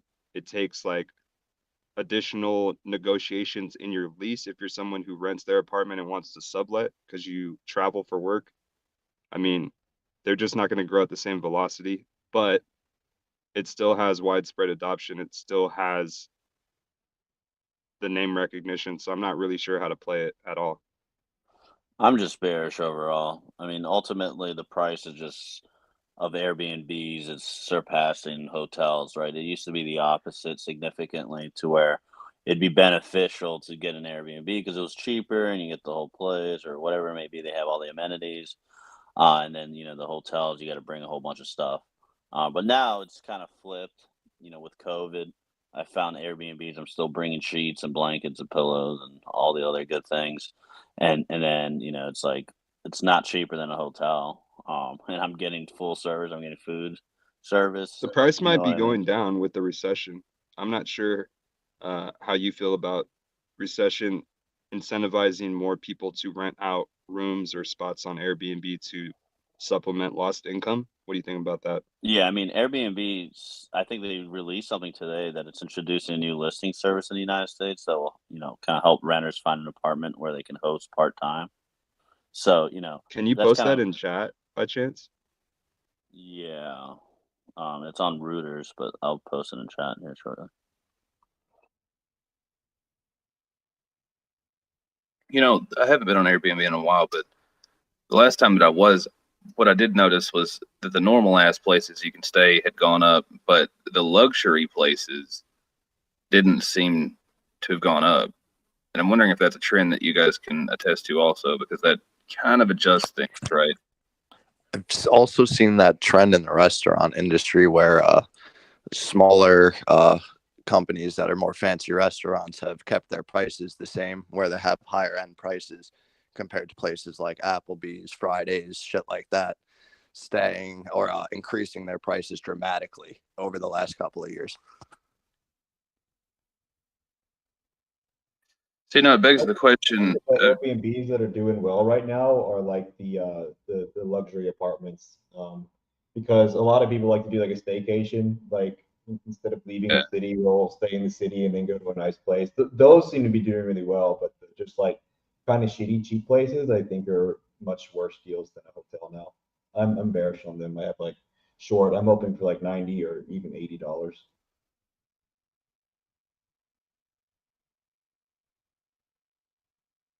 Yeah, I don't like Airbnb at all. I think they have an opportunity to make something out of it. It's just whether or not they do. Breaking news: an employee at Ukraine's embassy in Madrid has been injured in an explosion.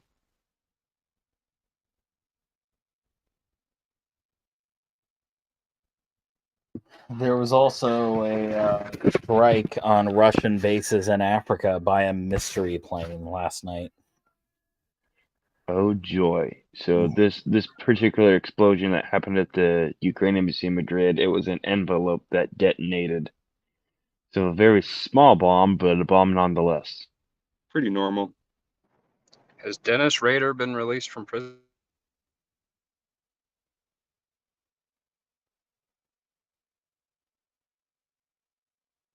So, as I always say, if you think people are going to panic off the back of that news, gold calls will probably pop for a little bit and then disappear into oblivion. The real question is Brittany Griner freed yet? No, she's doing the hardest work she's ever done in her life. Yeah, I heard that they're sending her to a Yeah, they're work sending her camp or a labor to a camp, labor commune. Yeah. kind of like from Stranger Things. This sort of reminds me of the whole mailed package thing. Reminds me of one of my favorite news article headlines ever published. It was by the Chicago Tribune in 2018. And it said, "The iPhone X proves that Theodore Kaczynski was right." That was the title of the headline. It was just like, oh my God. You know, for those of you who don't know, Ted Kaczynski was the Unabomber and a Luddite, sort of anti-technologist, but had multiple degrees from Harvard. So, yeah, he had a Wasn't he actually supposedly the subject of a secret psychological experiment? I think I remember reading something about that. Yeah, his whole stance was that technology would basically lead to mass surveillance on everybody by corporations, and that they would be the surrogates of of nation states. So And here we are. Yeah, and here we I are. wonder I if mean, He Well, he's wasn't not He wrong. was crazy, but he was right. I wonder if he worked for Paranoid Samsung. schizophrenia and being correct are not mutually exclusive. Hey, just because you're paranoid does not mean that the world is not out to get you.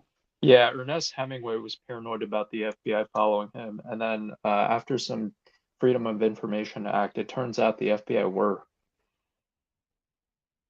oh, that's very disturbing because Ernest Hemingway ended up killing himself, right? So that's problematic.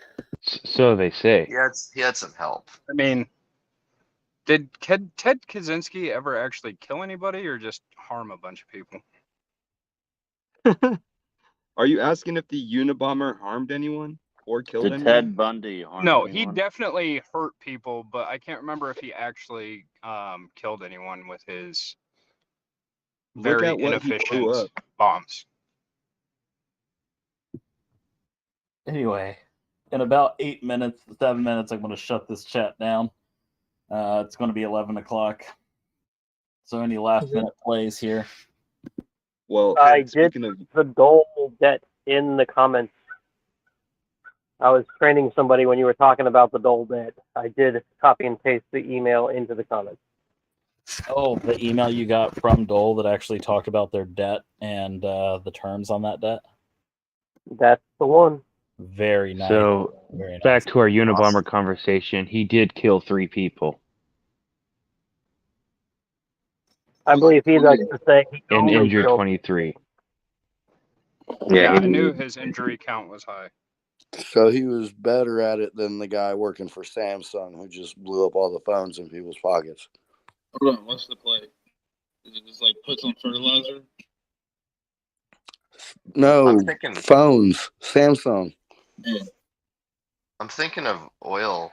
I'm looking at companies to buy calls on for oil if there's any sort of escalation in this war, like talking about the African bombings and the diplomat being envelope bombed. You ever track Boyle? I know it's gas, but The commodity. I think the same country on earth is trying to de-escalate that. I really don't think that mail bomb in Africa is going to do much. Oh, it wasn't Africa. And so there was a Russian base in Africa that got bombed by a mystery plane, and no one's taking credit for it. Like a plane flew in and was like bombing the Russians there. I like the term mystery plane. Wait, you're not like a drone? You're saying like a plane? What? Yeah. Yes. Maybe somebody like flew a Cessna and dropped lawn darts on them or something. I've clearly missed something. You're welcome. Yeah, there was a Wagner base, like one of their private military groups in Africa, got bombed last night, and everyone's like, there was a plane that bombed them, and then everyone's like, but who plane? Like, no one's taking credit. No one knows who the plane was, where it came from. Or what even a plane is at this point. The uniplaner. Can ISIS take credit for it, please? You said the uniplater, dear God. Yeah. If it wasn't for the fact that it's a freaking Russian base, I wouldn't be surprised if the North Koreans would take credit for it. Wagner's very unliked by a lot of people though, because Yeah, they but do a lot of He's like, contract. wait. I love the idea of like some rich asshole in some third world country buying a jet and some bombs and bombing a Russian base. I'm pretty sure they were lawn darts, but They were Russian mercenaries. They weren't actual employed by the Russian government. But real quick, someone called out Boyle ETF. It is cratering, guys. Boyle. I know. That's why I was looking at Boyle. I was like, Yeah, why is geez. it going against, with war and stuff, on the verge here? Down 10.98%. Probably, I don't know, maybe it's the 15-year deal Germany just inked with Qatar for natural gas. Maybe Boyle isn't exposed to that. I don't know. It's interesting. It certainly is looking good right now to scoop up.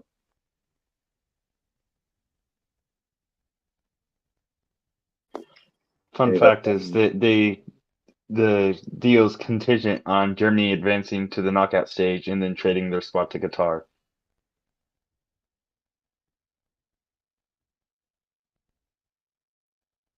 Anybody buying SPY 0 days? I meant to get one this morning. I missed my put. I've seen some golden calls, I think, on 0 day to expire spike. Hey guys, how did you find the Dole email about the DAP terms? No, Keeper of the Wall emailed Dole. Like, he emailed them, and they emailed him back with answers. Yeah, I just reached out to investor relations, and when the guy got back off vacation, he handed it. Can you Did you have to disclose how much or how many shares you owned, or you're just like, hey, I'm an investor, can I get this information? I just said I am an investor, and I know other investors. Ooh. that's awesome that they're super transparent with you. That's what I'm going to say when I go to Workhorse as an analyst for their analyst day next week. It worked out well for them. Their share price rose for like 3 weeks after he got the information, so I'm sure they enjoyed sending it out. Well, you might be the only one that shows up. One quick heads up. Sorry, go ahead. I kind of wrote Workhorse off, so I'm very curious to see what this analyst day shows. For the analyst day, you have to email them that you want to be physically present at that location, unless you will not be allowed to go in, I guess. It's on there. It's one of the articles they wrote in. They put in an email. You have to email them. Consider it done. I'll see if I can get on there. I'm an investor who knows people. Can I come to your analyst meeting? To whom it may concern. Greetings, this is Scald Crypto, emissary of Wall Street Bets. I'd like to personally welcome and introduce everyone to our official on-site Wall Street Bets analyst, Scald Crypto. No, I was just going to use my credentials for my day job, but then go there. Oh, come on, do it with Wall Street Bets. When you say I know other investors, do you just send a screenshot of the user count for Wall Street Bet? He probably sent a screenshot of the Dole earnings call where there was 52 of us wearing the Reddit banana outfits, listening to the earnings call. Yeah, fair enough. That was awesome. They'll do it. They'll get you in. Workhorse is scrambling to get the Spirit Halloween sign down. Dole will be like, you want to tour a farm? What was the oil ETF? Boyle. OIL. Boyle's nat gas. That's not an oil ETF. We're talking about gas. I don't know if somebody was talking about something else, but we were talking about Boyle ETF. Yeah, Boyle ETF is down 9.32%. It's recovered slightly, but still down bigly. Wait, this is a natural gas ETF? Yes. Correct. Yeah, what's the natural gas play here? make it go down because my bills are too fucking expensive. How do you do that? We're I'm gonna looking short at the ETF. NRGU. Why is NRGU up?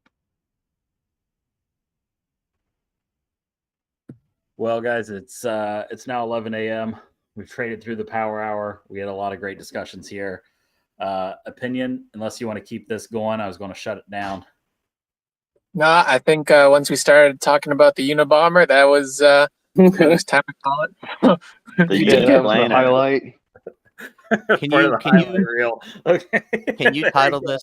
Can you title this Wall Street Bet drops knowledge bombs on market? Big explosive rockets come soon. Hashtag who's the Uniplanner? The Unistalker.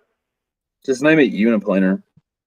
Just name it Mail Uniplanar. Packages. Uniplanar Grinder on and Idaho. Ted Kaczynski. The Uniharmer. Okay. Well, I'll see you all later. See you all tomorrow morning, guys. All right, Uniplan y'all out. The only